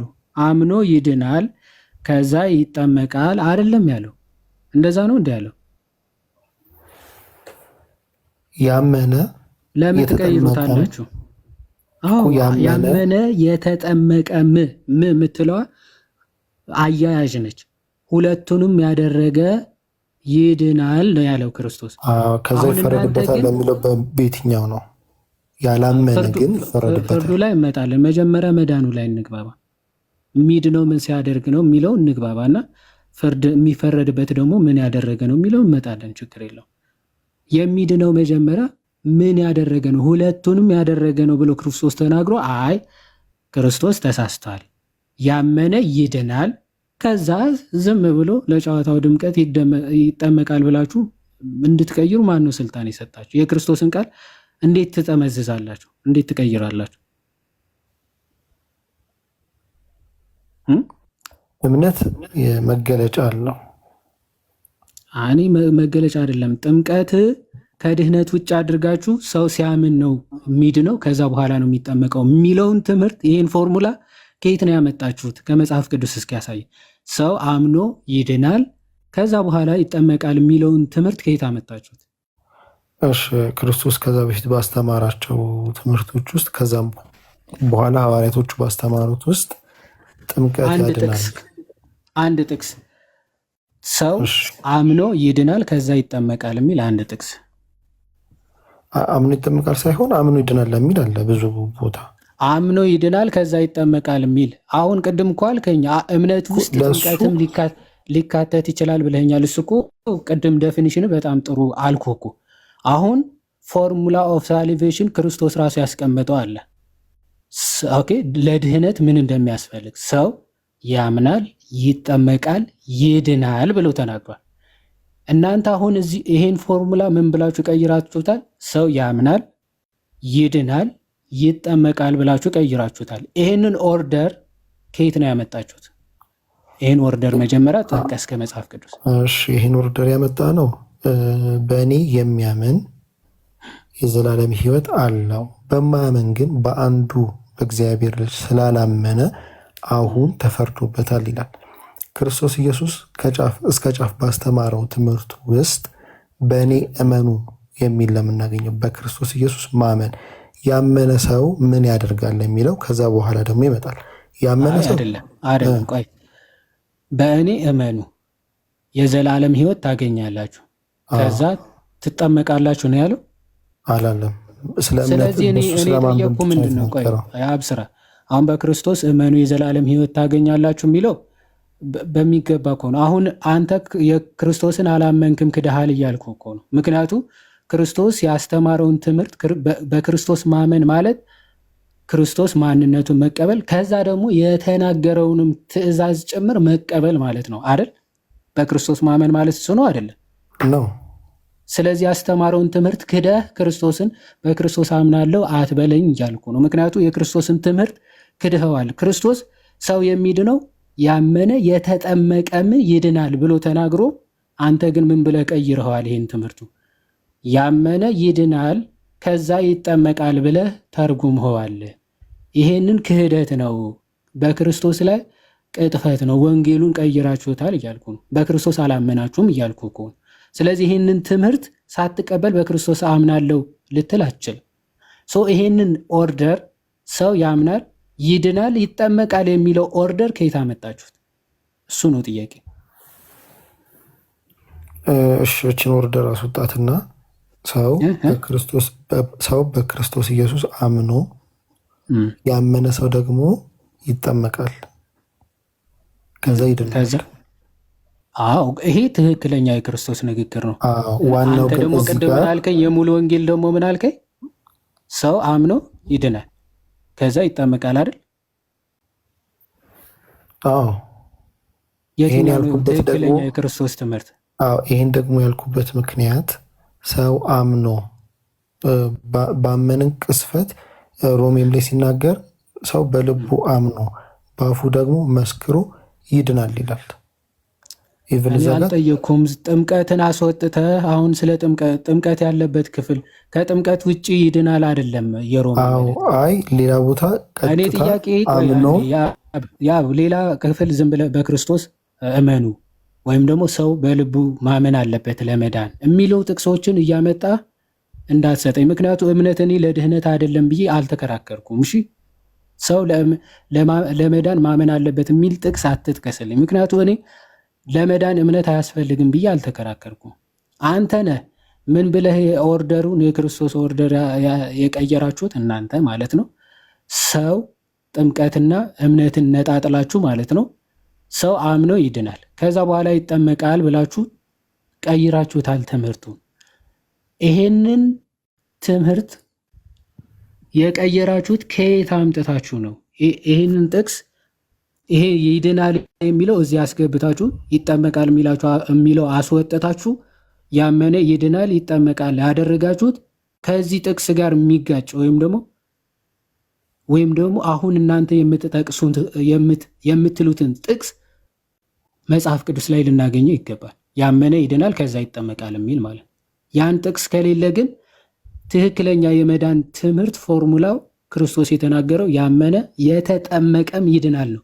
ይሄንን መቀበል ትተህ የሰዎች ፍልስፍና ወይም ደግሞ የሰዎች ትምህርት ለምን ትቀበላለህ ነው። ከሌለ በቃ የሰው ትምህርት ነው እየተቀበልክ ያለው። ካለ ደግሞ ጥቀሰው እያልኩ ነው። ጥምቀትና እምነት አንድ ላይ ተጠቅሰው ግን በእምነት ድነህ ከዛ በኋላ ትጠመቃለህ የሚል የሚያሳይ ጥቅስ ከመጽሐፍ ቅዱስ አለ? ይሄው ቃል እኮ በቂ ነው። ሌላም ቦታ ብንሄድ ያመነ የተጠመቀም ይድናል፣ ያላመነ ግን ይፈረድበታል። ይሄ ጥቅስማ የሚድነው አምኖ የተጠመቀ ነው ይላል። ቻው ተግባባን እኮ። አይ አምኖ የተጠመቀ ሳይሆን ያመነ የተጠመቀም ይድናል። ምን ማለት ነው? ያመነ የተጠመቀም አምናለው ትርጉማት ገብቷል። ዮሐድዬ አምናለውም ተጠምቄያለሁ ድኛለሁ። አይ ነው ስለ አንተ ሳይሆን እዚህ ክፍል ላይ ድህነቱን ያገኘው ይሄ አንዱ አካል ወይም ደግሞ ይሄ አካል ድህነቱን ያገኘው ምን ሲያደርግ ነው? አምኖ ሲጠመቅ ነው አይደል? በክርስቶስ ኢየሱስ ያምናል፣ ይጠመቃል፣ ይድናል። በቃ ቻው። ትክክለኛው ትምህርት ይሄ ነው አይደል? አዎ። ስለዚህ የእናንተ ትምህርት ያምናል፣ ይድናል፣ ይጠመቃል የሚለው መጽሐፍ ቅዱሳዊ አይደለም አይደል? ቅድም አልኩህ እኮ አሁን አይደለም። ጥቅስ የለህም አይደል? ጥቅስ የለም። ቆይ ጥቅስ ስለሌለ በቃ ሰውን ከምናሰለች አንተ ይህንን ፎርሙላ ቀይረህ ብታመጣ ቻው፣ አንተን አልቀበልም፣ አንተን አልሰማም። ለምን ተሰብስበሽ ሆናችሁ መታችሁ ይህን ጥቅስ ለመቀየር አትሞክሩም? ክርስቶስን ነው የምቀበለው በክርስቶስ ስለማምን ማለት ነው። ስለዚህ ጥቅስ ሳይኖርህ ያመነ ይድናል ይጠመቃል ብትለኝ አንተ ማነ ብዬ ተዋለሁ። አሁን ኔክስት እንቀጥል። ጥምቀት የኃጢአት ስርየት ይሰጣል አይሰጥም? የአብ ጥምቀት ፕላስ ደግሞ የኢየሱስ ስም ጥምቀት የኃጢአት ስርየት ይሰጣል አይሰጥም? ጥምቀት ብቻውን ሳይሆን ፕላስ የኢየሱስ ስም። ብቻውን ማለት ምን ማለት ነው? ጥምቀት ብቻው ይባላል? ጥምቀት የሚባለው ጥምቀት አይደል ያልከኝ? እና ሐዋርያቶችም እኮ ጥምቀት ብቻ ብለው አላስቀምጡትም። እኔ ጥምቀት ብቻ አላልኩም። ምንድነው ጥምቀት ብቻ? ጥምቀት ደግሞ ጥምቀት ፕላስ የኢየሱስ ስም ዋናው መጠመቃቸው ሳይሆን ፕላስ የኢየሱስ ስም የሚለው ፕላስ የኢየሱስ ስም የሚለው ከየት ነው ያመጣው? ጥቅስ ስጠኝ። የጥምቀት የኃጢአት ስርየትን ይሰጣል የሚለው። አይ ኖ አሁን አንተ ያልከውን እስኪ ይሄኛውን ስጠኝ ጥቅሱ። ቆይ መጀመሪያ አንተ ፕላስ ያልከውን መጀመሪያ ስጠኝ እኮ ነው። እኔ ስጠይቅ ነው እንደ አንተ ስጠኝ የምትለኝ? አቢ ሀሳቡን መጀመሪያ ፕላስ የሚለው ከየት አመጣ? ጥምቀት በኢየሱስ ክርስቶስ ስም ሰው ሲጠመቅ የኃጢአትን ስርየት ያገኛል። በኢየሱስ ስም የኢየሱስ ስም ካለበት የሚያድነው መጠመቁ ሳይሆን የኢየሱስ ስም ማለት የኃጢአትን ስርየት የሚሰጠው። ስለዚህ የጥምቀት የኢየሱስ የሆነው ጥምቀት የኃጢአት ስርየትን ይሰጣል ማለት ነው አይደል? አዎ። ኦኬ፣ በጣም ጥሩ። የኃጢአት ስርየት ማግኘት ማለት ደግሞ ድህነት ነው አይደል? መዳን ነው አይደል? አዎ። ስለዚህ በኢየሱስ የሚደረገው ጥምቀት በኢየሱስ የሚደረገው ጥምቀት ለኃጢአት ስርየት ለድህነት ነው የሚጠመቁት ሰዎች ማለት ነው አይደል? ያ ብቻ ሳይሆን ሌላም አለ። ልጆቹ ኃጢአት እንዳታደርጉ፣ ኃጢአትን ብታደርጉ ግን ከአብ ዘንድ ጠበቃ አለ። ሌላም አለ። ቆይ መጀመሪያ እሱን እንስማማና ሌላም ካለ ትጨምርልኛለህ። ስለዚህ በኢየሱስ ክርስቶስ ስም የሚጠመቁት ጥምቀት ኃጢአታቸው እንዲሰረይ ነው ማለት ነው አይደል? የኃጢአትን ስርየት ይሰጣል እኮ። ኃጢአታቸው እንዲሰረይ ነው የሚጠመቁት ማለት ነው። ቴንኪው። ስለዚህ የኃጢአት ስርየት ማግኘት ማለት ደግሞ መዳን ነው ወይስ አይደለም? በጥምቀቱ ሳይሆን በኢየሱስ ስም እንዴ በኢየሱስ ስም በሚደረገው ጥምቀት ተባለ እኮ ተስማማን። ስርየትን የሚሰጠው የክርስቶስ ኢየሱስ ስም ነው። በክርስቶስ ኢየሱስ ስም የሚደረግ መጠመቁ አይደለም ነው በመጠመቁ አይደለም ብቻ። አሁን ቅድም መጀመሪያ ምን ብለን ጠየቀኝ ዮሐድ? ቆይ በመጠመቅ ነው ወይስ አይደለም? አይ መጀመሪያ አይደለም በጥምቀት። እሺ በጥምቀት የኃጢአት ስርየት ይገኛል አይገኝም? በጥምቀት ሳይሆን በኢየሱስ ስም በሚደረግ ጥምቀት አልኩህ። ኦኬ ጥምቀት ማለት በኢየሱስ ስም የሚደረግ ጥምቀት ምን ማለት ነው? ሐዋርያቶቹ ኢቨን ጳውሎስን እንዳሉት በክርስቶስ ኢየሱስ ስም ቢጠመቅ እንደሚድን ተናግረውታል። ጴጥሮስን በእንደዛ አጥምቋል። ስለዚ በክርስቶስ ኢየሱስ ስም በማመን በኢየሱስ ስም ተጠመቁ ማለት ምን ማለት ነው? በኢየሱስ ማለት ምን ማለት ነው? በኢየሱስ ተጠመቃል ማለት ነው። እነሱም ራሳቸውም ደግሞ በኢየሱስ ስም እያሉ መጠመቅ አለባቸው። በኢየሱስ ስም እያሉ ነው የሚጠመቁት ማለት ነው። አዎ እስቲ በኢየሱስ ስም አምናችሁ ተጠመቁ እንጂ በኢየሱስ ስም እያላችሁ ተጠመቁ ይላል እኮ። ጥቅሱን አሳየኝ እኮ አልኩ ዮሐድ። አንተ ትጠቅሳለህ፣ እኔ ነኝ ማሳየህ። አንተ እንጂ እያላችሁ ተጠመቁ የሚለው ከየት ነው ያመጣው? አሁን እኔ የጥቅሱ ቦታው ጠፍቶኝ ነው፣ ግን ጳውሎስ የተጠመቀበት ነው። የሐዋርያ ቅዱስ ጳውሎስ ከሆነ ሐዋርያት ሥራ ምዕራፍ 22 ከቁጥር 16 ነው። እሺ እና ጴጥሮስ ደግሞ ያዘዛቸውን በስሙ እሱንም ይሄድላለሁ። አሁንስ ለምን ትዘገያለህ? ተነሳና ስሙን እየጠራ ተጠመቅ፣ ከኃጢአትም ታጠብ ይላል። ስሙን እየጠራ ተጠመቅ።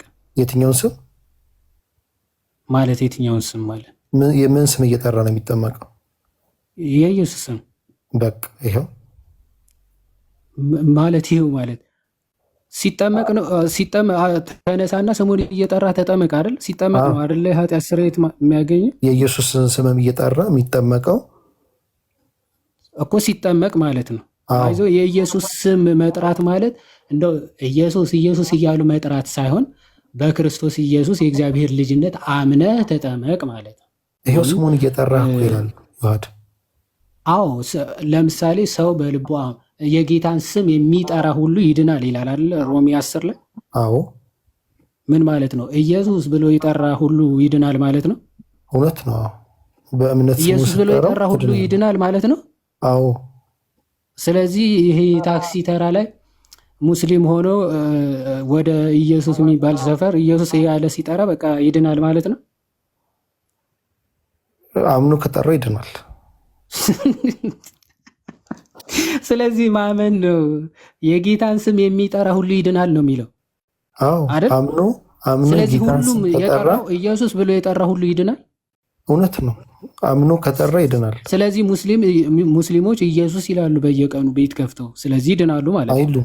አይሉ እንዴ ኢየሱስ እኛን እንቀበለዋለን እኮ ይላሉ። ኢየሱስ አይሉ ኖ መጥራት እኮ በእንደዛ አይደለም የሚጠሩት። ለምንድን እና ምንድነው መጥራት ምን ማለት ነው ታዲያ? ቆይ እሱ ጋር የሚለው ይሄ አሁን የጠራህልኝ ጥቅስ ላይ በችግራቸው በሐዘናቸው ጊዜ የኢየሱስ ስም የጌታን ስም የሚጠራ ሁሉ ይድናል አይደለም የሚለው ጥቅሱ?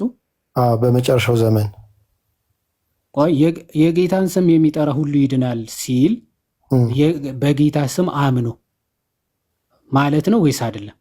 ነው እንጂ አምኖ የሚጠራው ይድናል። በቃ ማይ ብራዘር። ስለዚህ ተነሳና ስሙን እየጠራ ሲባል እንደው ኢየሱስ ኢየሱስ እያሉ ተጠመቁ ማለት ሳይሆን በክርስቶስ አምነህ ተጠመቅ ነው። ስለዚህ አምኖ ሲጠመቅ ከኃጢአቱ ይታጠባል።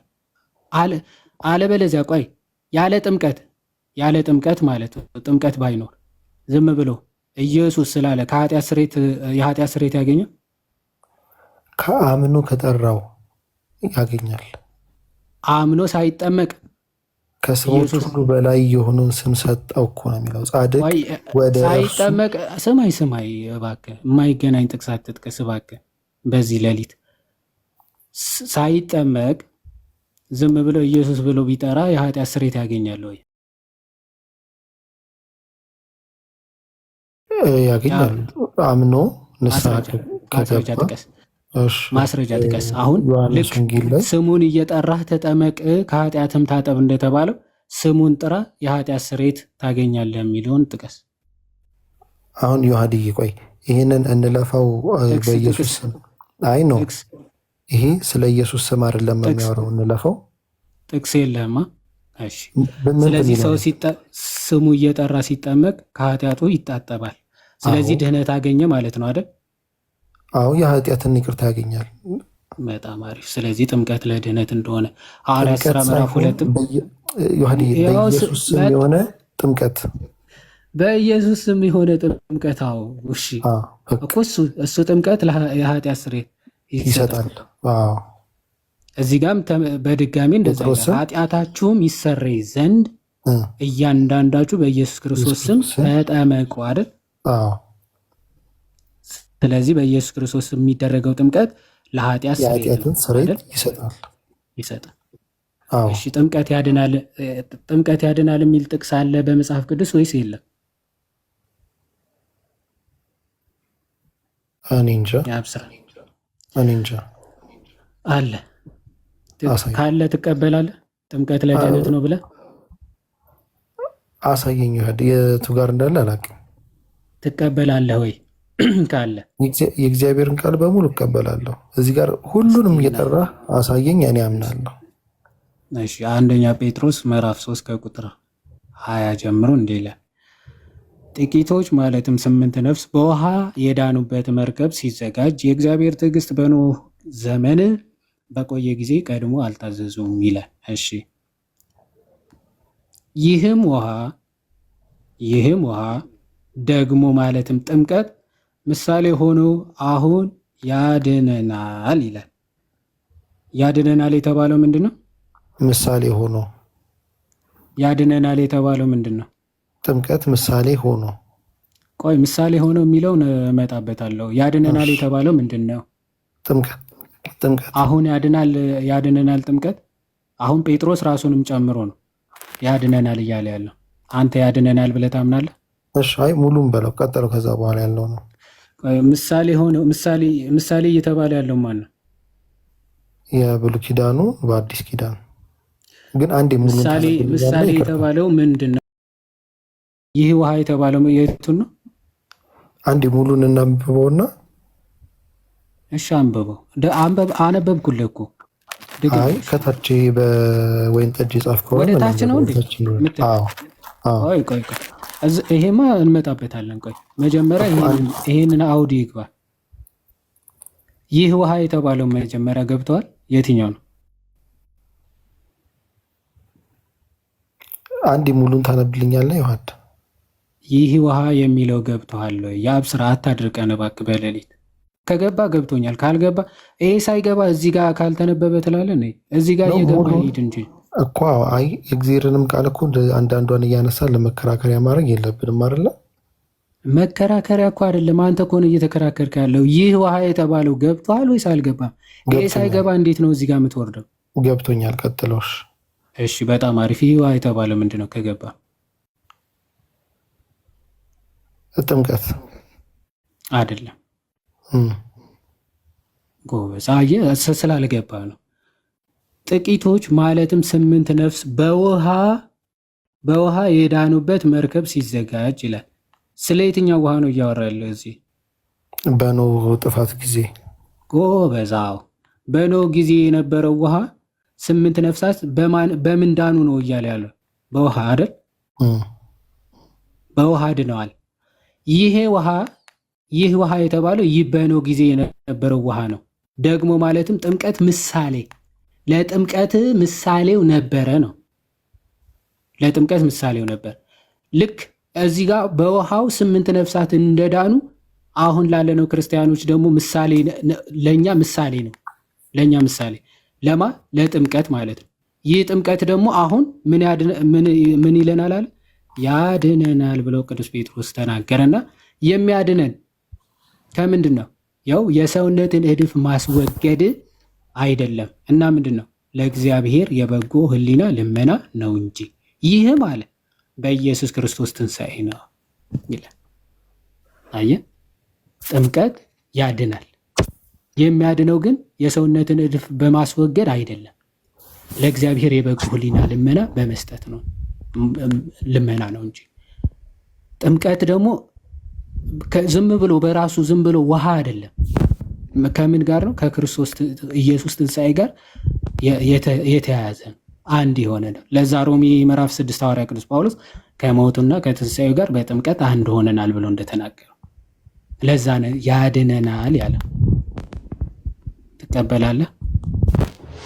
እቀበላለሁ፣ ግን አንዴ ሙሉን ብታነብልኝ ይዋድ የእግዚአብሔር ቃል ነው። ምን ችግር አለ? የትኛውን አነበብኩልህ እኮ እስከዚህ ቢጫውና ወይን ጠጁን። አይ አንዴ ሙሉን በስነስርዓት ሙሉን አንብብ እስቲ። አንብበው። እሺ አንተ አንብበውና ያልገባህ አሁን ካነሳሁት የተለየ ካለ ጠይቅ። ምን ላይ ነው ያለው ንገረኝ። ይኸው እዚህ አይታየም እንዴ? አይ እኔ ላንብበው በዚህ በእኔ ጋር ባለው። እሺ አንደኛ ጴጥሮስ ምዕራፍ 3 ከ20 እና 21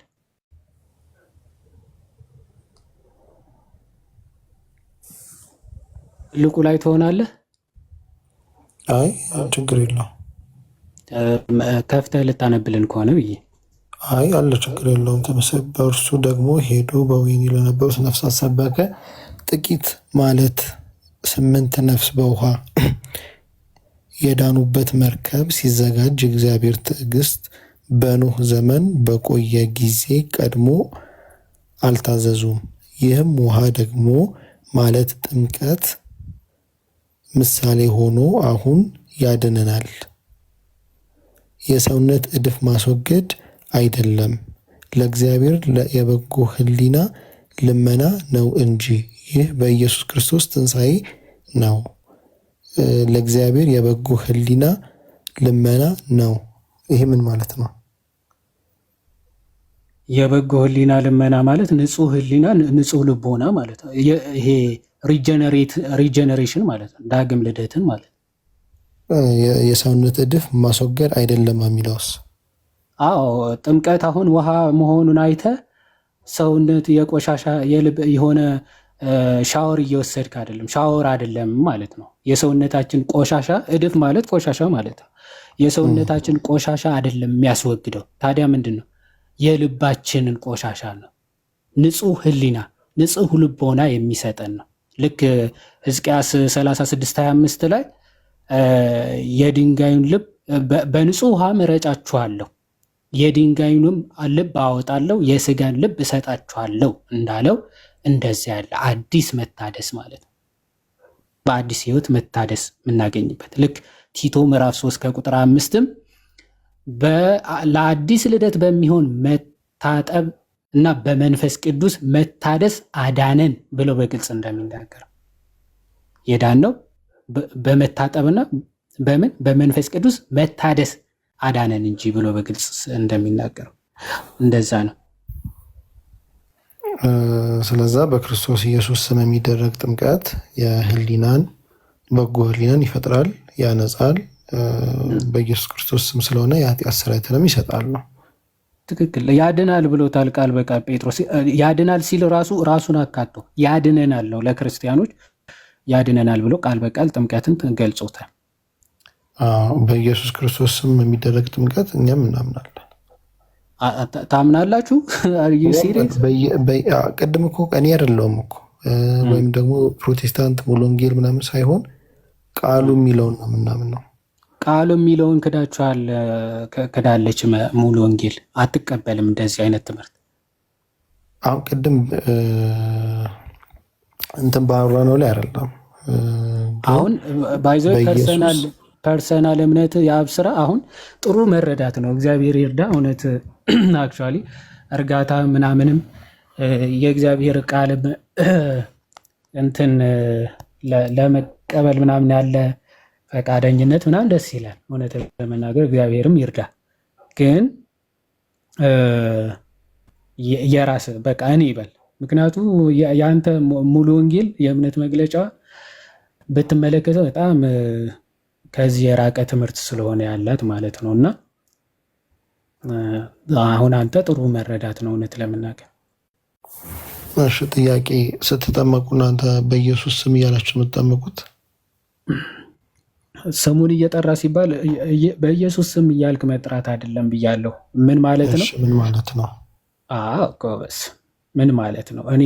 እኛ እንግዲህ ክርስቲያኖች ያው እንግዲህ በጥቅስ አንታማሚ ነው ታውቃለህ። እና ሐዋርያት ሥራ ምዕራፍ 8 ልሂድልና እንግዲህ የኢትዮጵያ ጃንደረባ በደንብ ታውቀዋለህ ብዬ አስባለሁ። እና እሱ እንግዲህ መጀመሪያ የትንቢተ ኢሳያስን ክፍል ሲያነብ ምናምን ነበረ እና መንፈስ ቅዱስ እንደው እኔ ገልጬ እልሃለሁ ምናምን አይለውም። ምን ይላል? ፊልጶስን ይልክለታል። ምክንያቱ ሰው ስላመነ ብቻ ስለማይድን መጠመቅ የግድ ስለሚያስፈልገው አጥማቂ ይልክለታል፣ ፊልጶስን ማለት ነው። እና ፊልጶስ በደመና ተጭኖ ይመጣል እና የምታነበው ይገባሃል ይለዋል። የሚረዳኝ ሳይኖር እንዴት ይገባኛል ይላል። ከዛ ወንጌልን ሰበከለት ይላል። ስለ ክርስቶስ ወንጌል ሰበከለት ካለ በኋላ በመንገድ ሲሄዱ ወደ ውሃ ደረሱ ይላል። ኦኬ ውሃ አካባቢ ደረሱ። ጃንደረባውም እነሆ ውሃ እንዳልጠመቅ የሚከለክለኝ ምንድን ነው አለ ይላል። ስለዚህ ውሃ አለ፣ ወንጌልን ሰብከኛል፣ አምኛለሁ። እንዳልጠመቅ አሁን ምን ይከለክለኛል? እንዳልድን ማለት ሰው አምኖ ነው ተጠምቆ ነው የሚድነው። ስለዚህ አምኛለሁ፣ እንዳልጠመቅ ምን ይከለክለኛል አለው። ፊልጶስም ምን አለው? በፍጹም ልብህ ብታምን ተፈቅዷል አለው ይላል። ስለዚህ በፍጹም ልብህ ብታምን ተፈቅዷል አለ። ፊልጶስም ምን አለ? ኢየሱስ ክርስቶስ የእግዚአብሔር ልጅ እንደሆነ አምናለሁ አለ። አየህ፣ መጥራት ማለት ክርስቶስን በልብህ ማመን መቀበል ማለት እንጂ ኢየሱስ ኢየሱስ እያሉ ዝም ብሎ የቃላት ጋጋታ መጮ ማለት አይደለም። ኦኬ፣ የጌታን ስም የሚጠራ ሲባል ጌታን በልቡ አሜን ብሎ ጌትነቱን አምላክነቱን አምኖ የተቀበለ ማለት ነው። ስለዚህ የኢየሱስ ክርስቶስ የእግዚአብሔር ልጅ እንደሆነ አምናለሁ አለ። ከዛ በኋላ ሰረገላውም ይቆም ዘንድ አዘዘ። ፊልጶስም ጃንደረባውም ሁለቱንም ወደ ውሃ ወረዱ፣ አጠመቀውም ይላል። ማመን ማለት ነው። በክርስቶስ የእግዚአብሔር ልጅነት ማመን ማለት ነው እንጂ እንደው ኢየሱስ ኢየሱስ እያሉ መጥራት ይሄ ቨርባቲም የሆነ ጩኸት እየተነገረ አይደለም። በእንደዛ ቢሆንማ እንዴ ኤቲስቱም እኮ ለውይይት ሲል ኢየሱስ ይላል። ማንም እኮ ሙስሊሙም ታክሲ ተራ የታክሲ ረዳት ሆኖ እኮ ኢየሱስ የሚባል ሰፈር ኢየሱስ ኢየሱስ እያሉ እኮ ይጠራሉ በመጥራት ደረጃ። ግን በእምነት መጥራት ነው እኮ በእምነት መጥራት ማመን የኢየሱስ ስም እንደሚያድነኝ አምኜ መጥራት እና ኖርማል ሌሎቹ የሚጠሩት መጥራት ይለያያል እኮ። ስለዚህ የጌታን ስም የሚጠራ ሲል ማመኑ ነው አይደል? አምኖ የኢየሱስ ስም መጥራት። አይ ዳይሬክት ቃሏ ለምን ተቀመጠች?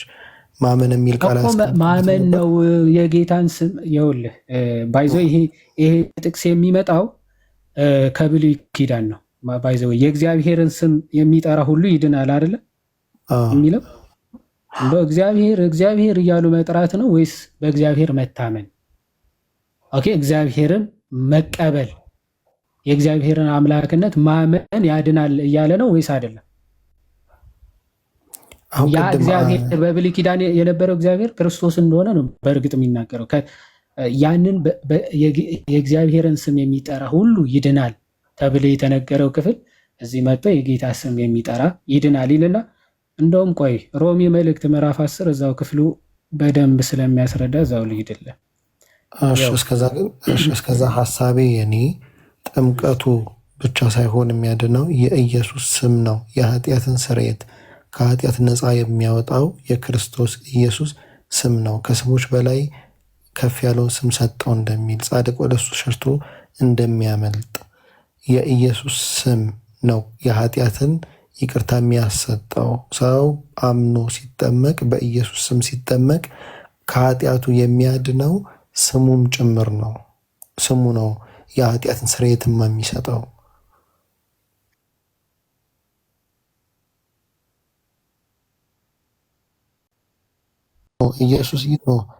ኢየሱስ ማለቱ ሳይሆን የኢየሱስ ክርስቶስ ስም ነው። በኢየሱስ ክርስቶስ ስም ብሎ ሲያጠምቀው፣ በአብ በወልድ በመንፈስ ቅዱስ ስም ብሎ ሲያጠምቀው ምናምነው በማን ነው? የሚመስል ሞት መሞት ከክርስቶስ ጋር ትንሣኤውን በሚመስል ትንሣኤ ደግሞ መነሳት ከክርስቶስ ጋር እኔ መጥራት እሱ የጥምቀት ማለት ነው። ጥምቀት ማለት አይደለም ጥያቄ መጥራት የሚለው ከጥምቀት ጋር አገናኝተ እንዴት ነው መጥራት? አሁን ስሙን እየጠራችሁ ወይም እየጠራህ ተጠመቅ የሚለውን አንተ እንዴት ነው እየተረዳው ያለው? እስቲ በጥምቀት ስርዓት ወይም ደግሞ መጠመቂያ ቦታ ላይ እንዴት ነው መጠመቅ ያለበት ተጠማቂው ብለህ ነው የምታስበው? እሱን ፓርት ብቻ እንድታስረዳኝ ነው የፈለግኩት። የፕሮቴስታንት የጥምቀቱ ሂደት ልንገርህ። ሲጠመቅ ሰው ተጠማቂ በኢየሱስ ስም እያለ ነው የሚጠመቀው። የምናደርገው በኢየሱስ ክርስቶስ ስም እናደርጋለን። ስናጠምቅ አይ ነው ሰውየውን በኢየሱስ ስም እያለ ነው ወይ የሚጠመቀው? እንደዛ ቢጠመቅ መልካም ነው። ኦኬ ቆይ አይ ቲንክ ደግሞ የኔ አይሰማም እያሉ ነው ደግሞ በተራ። እሺ አሁንም አይሰማም። ኑሃሚ እስቲ አውሪ ትንሽ። ዋርኒንግ እያለች ነው ይሰማል። ዋርኒንግ 2 ይሰጥቶኛል። ተቀለ ምናልባት ለዛ ሊሆን ይችላል። በደንብ ታፕታፕ አድርጉ፣ ኮፒ ሊንክ አድርጉ ጋይስ። ቅድም የኮምፒውተር እንትን አሳይተን እና ደግሞ እኔ ደግሞ ፒክቸር አድርጌ ነበር የገባውና 2 ዋርኒንግ አለው። ለዛ መሰለኝ ይሰማል አሁን። እሺ አብስራ፣ እናንተ ጋር ሲጠመቅ አንድ ሰው ተጠማቂው በኢየሱስ ስም እያለ ነው የሚጠመቀው? እንደዛም ሳይሆን አጥማቂዎቹ በአብ በወልድ በመንፈስ ቅዱስ ስም ብለው ያጠምቁታል። እሱም ነው የሚጠመቀው። እሺ ሲጠመቅ በኢየሱስ ስም እያለ መጮህ አለበት አላልክም? እንዲያውን ቢል መልካም ነው። የኢየሱስ ስም እኮ ነው። ለምን አታስበሉትም ታዲያ? ለምን ቃሉ ትታችሁት ነው? ቀይራችሁት ነው ይላሉ። አጥማቂም በኢየሱስ ክርስቶስ ስም ብሎ ያጠምቃል፣ ተጠማቂውም ይላል። ተጠማቂው ይላል ዳይሬክት። እንደዚያም በሉ ባይባልም ይባላል ይላል ወይ? በሉ ባይባልም ማለት ሰው ሲጠመቅ እንደዛ ይላል። ታስብላላችሁ። በአብ በወልድ መንፈስ ቅዱስ ስም ብሎ አጥማቂው ያጠምቃል፣ ተጠማቂውም የኢየሱስ ስም ይጠራል፣ አጥማቂውም ይጠራል። ተጠማቂው በኢየሱስ ስም ይላል ወይ? እባክህ ተው፣ የአብ ስራ ተው፣ አታድክም። ሰው እንደ ሁኔታው ነው፣ አይታወቅም። አይታወቅም። እሺ ይቅርታ ተው። እና ዝም ብለህ አሁን ቃሉ ሊትራሊ የሚወሰድ አይደለም። እባክህ የአብ ስራ መጥራት ሲባል እናንተ ራሱ የእናንተ ቸርች ራሱ እንደዛ ብሎ አይረዱትም። ዝም ብሎ መጥራት ስለተባለ መጮህ አይደለም እኮ። ቢሆንም የኃጢአትን ደግሞ ያቤ አሁን ማስረጃም ከሌለ ዝም ብለህ የራስ ሀሳብ ብቻ ከሆነ ችግር ነው። አሁን የሮሜ ምዕራፍ 10 ከቁጥር 9 ያለውን ሀሳብ በደንብ ላስረዳ። የጌታን ስም የሚጠራ የሚለውን ማለት ነው።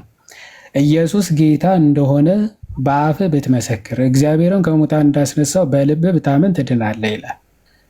ሰው በልቡ አምኖ ይጸድቃልና በአፉም መስክሮ ይድናልና መጽሐፍ በእርሱ የሚያምን ሁሉ አያፍርም ይላልና።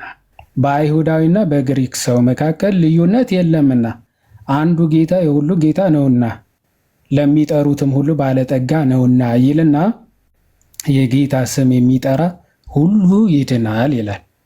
አሁን የጌታ ስም የሚጠራ ሁሉ ይድናል ምን ማለት ነው? ኦኬ እንግዲህ ያላመኑበት እንዴት አድርገው ይጠሩታል? ካላመንከው እንዴት አድርገህ ልትጠራው ትችላለህ? ባልሰሙትስ እንዴት ያምናሉ? ያለ ሰባኪስ እንዴት ይሰማሉ?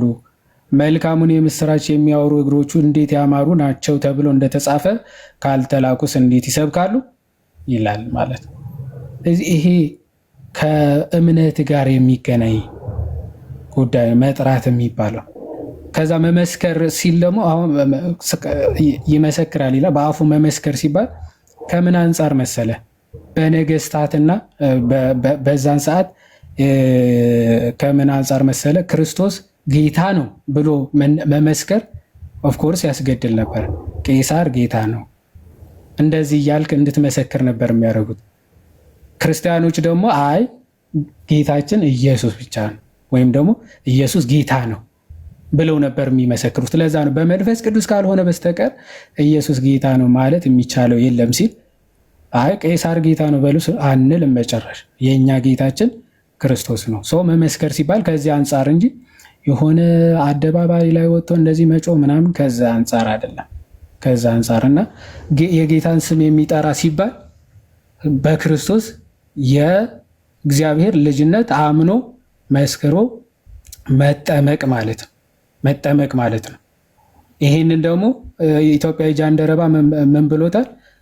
ካመንክ ተፈቅዷል ይላል። ከዛ ምን አለው? አዎ ኢየሱስ ክርስቶስ የእግዚአብሔር ልጅ እንደሆነ አምናለሁ አለ። ከዛ ወርዶ ተጠመቁ ይላል። ወርዶ አጠመቀው ይላል። በቃ ይሄንን ነው እየተነገረ ያለው። እናንተ ቸርችም በል አንተ በኢየሱስ ስም በል እኛ ደግሞ በአብ በወልድ በመንፈስ ቅዱስ ስም እንላለን ተብሎ አይጠመቅም። ቪዲዮዎች ላሳይ ይችላል። እንደዚህ አይነት የጥምቀት ስርዓት ራሱ የላችሁም እናንተ ጋር የላችሁም። ሰው ከዛ አንጻር የሚታይ ነው። ያብ አዎ እኛ አሁን አምኖ በመጠመቅ እናምናለን። እኔም ደህንነት ትምህርት ተምሬ አምኜ ተጠምቄያለሁ። ፕሮቴስታንት ሃይማኖት ጥምቀትን ወደ ጎን የምታደርግ ወይም ደግሞ በአስተምሮ ወደ ጎን የምናደርግ አይደለንም። ቅድም እንዳልከው አሁን ራስ ቅድም እንዳልኩ ራስ ወክለ ብታወራ ጥሩ ነው።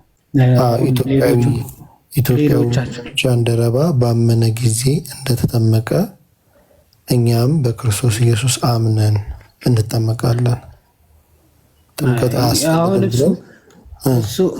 እናንተ እኮ አሁን ትጠመቃላችሁ አትጠመቁም እኮ አይደለም። አሁን እየገባህ አይደለም መሰለኝ፣ ወይም ደግሞ እንጃ እንቅልፍ መጥቷል መሰለኝ እምለው እየገባህ አይደለም። አሁን እኛም ተጠምቀናል አምነን ተጠምቀናል ትላለህ፣ ግን መቼ ነው የዳንከው የሚለው ነው እስካሁን ስናወራ የነበረው። ጥምቀት ራሱ ለድህነት ነው ወይ የሚለው ነበር ስናወራ የነበረው። አይ እኛም እኮ እኔ የዳንኩትኝ አሁን ኔክስት ታይም ማውራት እንችላለን። ምናልባት አሁንም ባይሆን ያመንኩኝ ጊዜ በክርስቶስ ያመንኩ ሰዓት ላይ ስሜ በሕይወት መዝገብ ላይ ተጽፏል። ሳትጠመቅ ማለት ነው? አዎ እሱ ሌላ ጊዜ እናወራበታለን። በቃ ስጀምር አንተ የክርስቶስ ቀጥታ ተቃዋሚ ነህ። ኖ እንዴ ወዲያው ከቅድም ጀምሮ ጥቅስ አምጣ ተብለህ አላመጣም ብለህ ይህን ትምህርት ከየት ነው ያመጣው? ከአጋንንት ነው። ከክርስቶስ ካልሆነ ቀጥታ ከአጋንንት ነው አይደለ? አሁን የኔን የእምነት እንትኔ ልንገርክ። አይ አንተ ከአጋንንት ያመጣውን ነው። እኔ ከአጋንንት የመጣ ትምህርት ምን ያደርግልኛል? ይቅርታ እንዲያልኩ ስላወራው ማለት ነው። ምክንያቱ መጽሐፍ ቅዱሱን ትተህ አይ እኔ የማምነው እንደዚህ ነው ትላለህ። ስለአንተ ትምህርት ምንጩ ማን እንደሆነ በግልጽ እየተናገርክ ነው። ምክንያቱ ሐዋርያ ቅዱስ ጳውሎስ እኛ ከሰበክነው የሚለይ ወንጌል ማንም ሰው ቢሰብክ እሱ የተረገመ ይሁን የሰማይ መልአክ እንኳን ቢሆን ይላል። ስለዚህ መጽሐፍ ቅዱሱ ሰው አምኖ መጽሐፍ ቅዱስ እኮ አይደለም ባይዘወይ የመጽሐፍ ቅዱስ ቃል ባለቤት የሆነው ክርስቶስ እኮ ነው ትምህርቱን የተናገረው። ክርስቶስ ሰው አምኖ ተጠምቀው ይድናል እያለ አንተ መጥተህ አይ ሰው አምኖ ነው የሚድነው ባመነ ቅጽበት ይድናል ከዛ በኋላ ነው የሚጠመቀው ብለህ ከተናገርክ ማለት ነው በቃ የማን ትምህርት ነው የተቀበልከው? የክርስቶስ ተቃዋሚ የሐሰተኛው ክርስቶስ ወንጌል ነው የተቀበልከው። አጭርና ግልጽ ማለት አይ ከእውነተኛው ክርስቶስ ነው ያመጣሁት ካልክ ደግሞ ክርስቶስ እንዲህ ብሎ አስተምሮ አይ ሐሳቤን ቀይሬያለሁ ብሎ አምናችሁ ድናችሁ ነው የምትጠመቁት ብሎ አስተምሮ ነው ሌላ ቦታ ነው። አሁን እቺ እንትኗን አትለያየት ይዋዲ አንተ ነው የለያየው እኮ ባመንኩ ቅጽበት ድናለህ ያልከው አንተ ነህ። እኔ ነኝ እኔ አይደለሁም እኮ ሰው አምኖ ይድናል በአፉ መስክሮ ሰው በልቡ አምኖ ሳይጠመቅ የሚለው ከየት ነው ያመጣኸው እንዴ? ሳይጠመቅ የሚላ ከየት አመጣ? እሱን ሌላ ጊዜ እናወራበታለን አልኩኝ እኮ። ግን የለም ያ እባክህ አንድ ነገር ልምከርህ እባክህ። መጀመሪያ ወንጌሉና መጽሐፍ ቅዱስ የተጻፈውን ለመቀበል ልብህን ክፈት። ኦኬ ዝም ብለህ የሰዎች ትምህርት ተቀብለህ የሰዎች ትምህርትን ለማጽደቅ ብለህ የክርስቶስን ቃል መሸጥ የለብህም። ኦኬ አሁን ሙሉ ወንጌል የሰራችልህን ትምህርት ለማጽደቅ ብለህ ቀጥታ የክርስቶስን ትምህርት ነው እየተቃረንክ ያለው።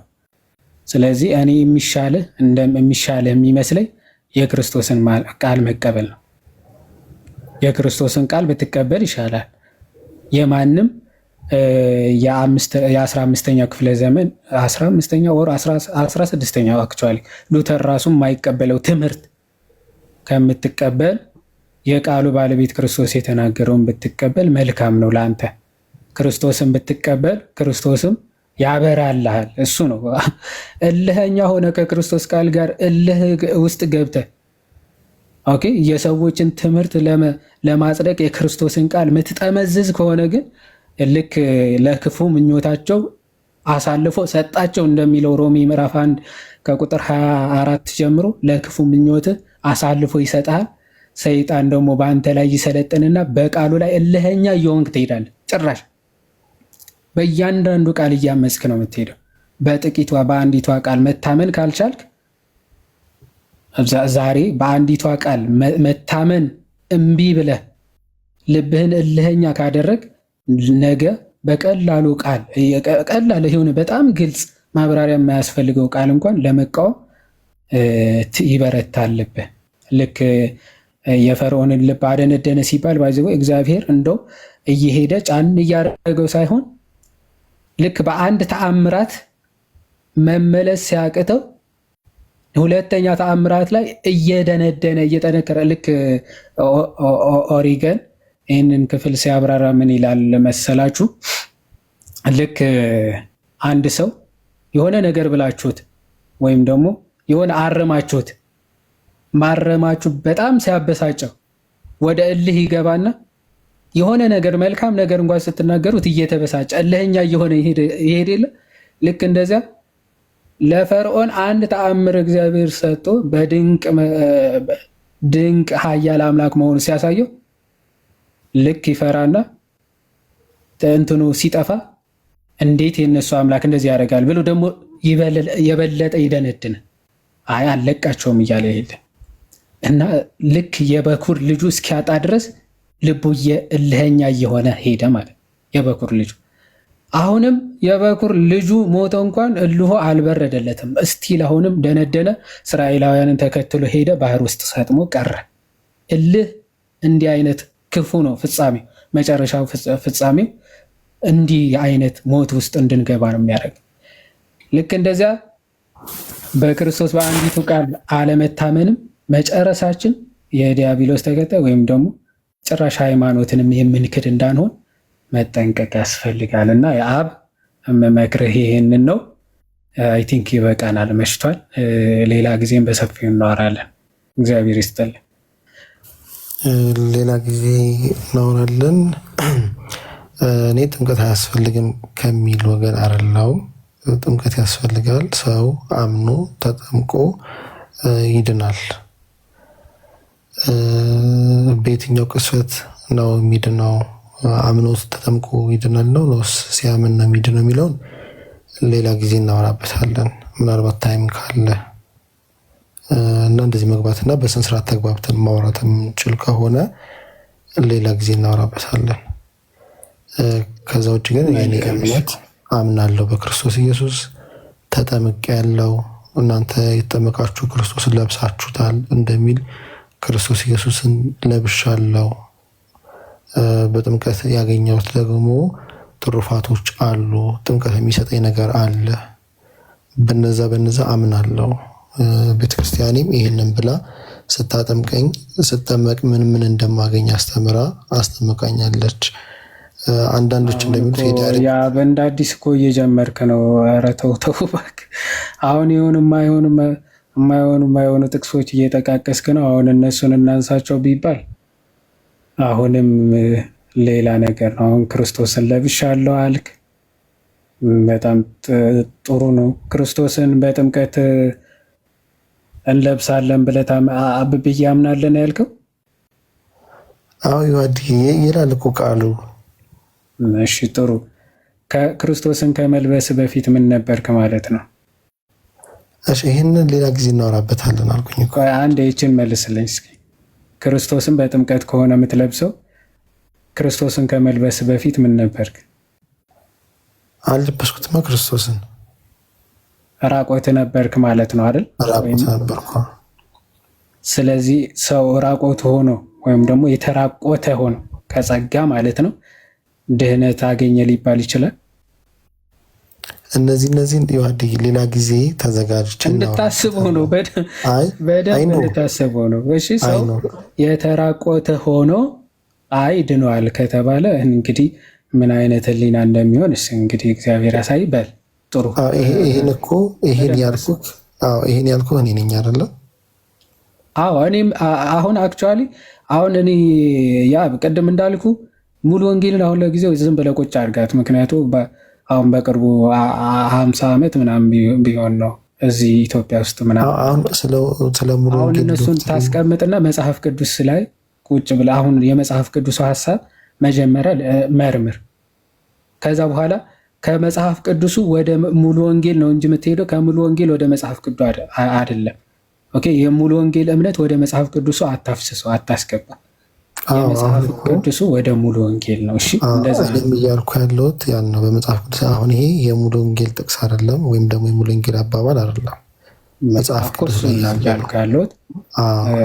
በደንብ ረጋ ብለህ ደግሞ አሁን ያልኩህንም አስበው። ከዛ ደግሞ ሮሜ ምዕራፍ 6ን በደንብ አንብበውና ሌላ ጊዜ በሰፊው እናወራበታለን። እናወራለን፣ እንደዛ እናደርጋለን። የቅድሙ ልጅ ግን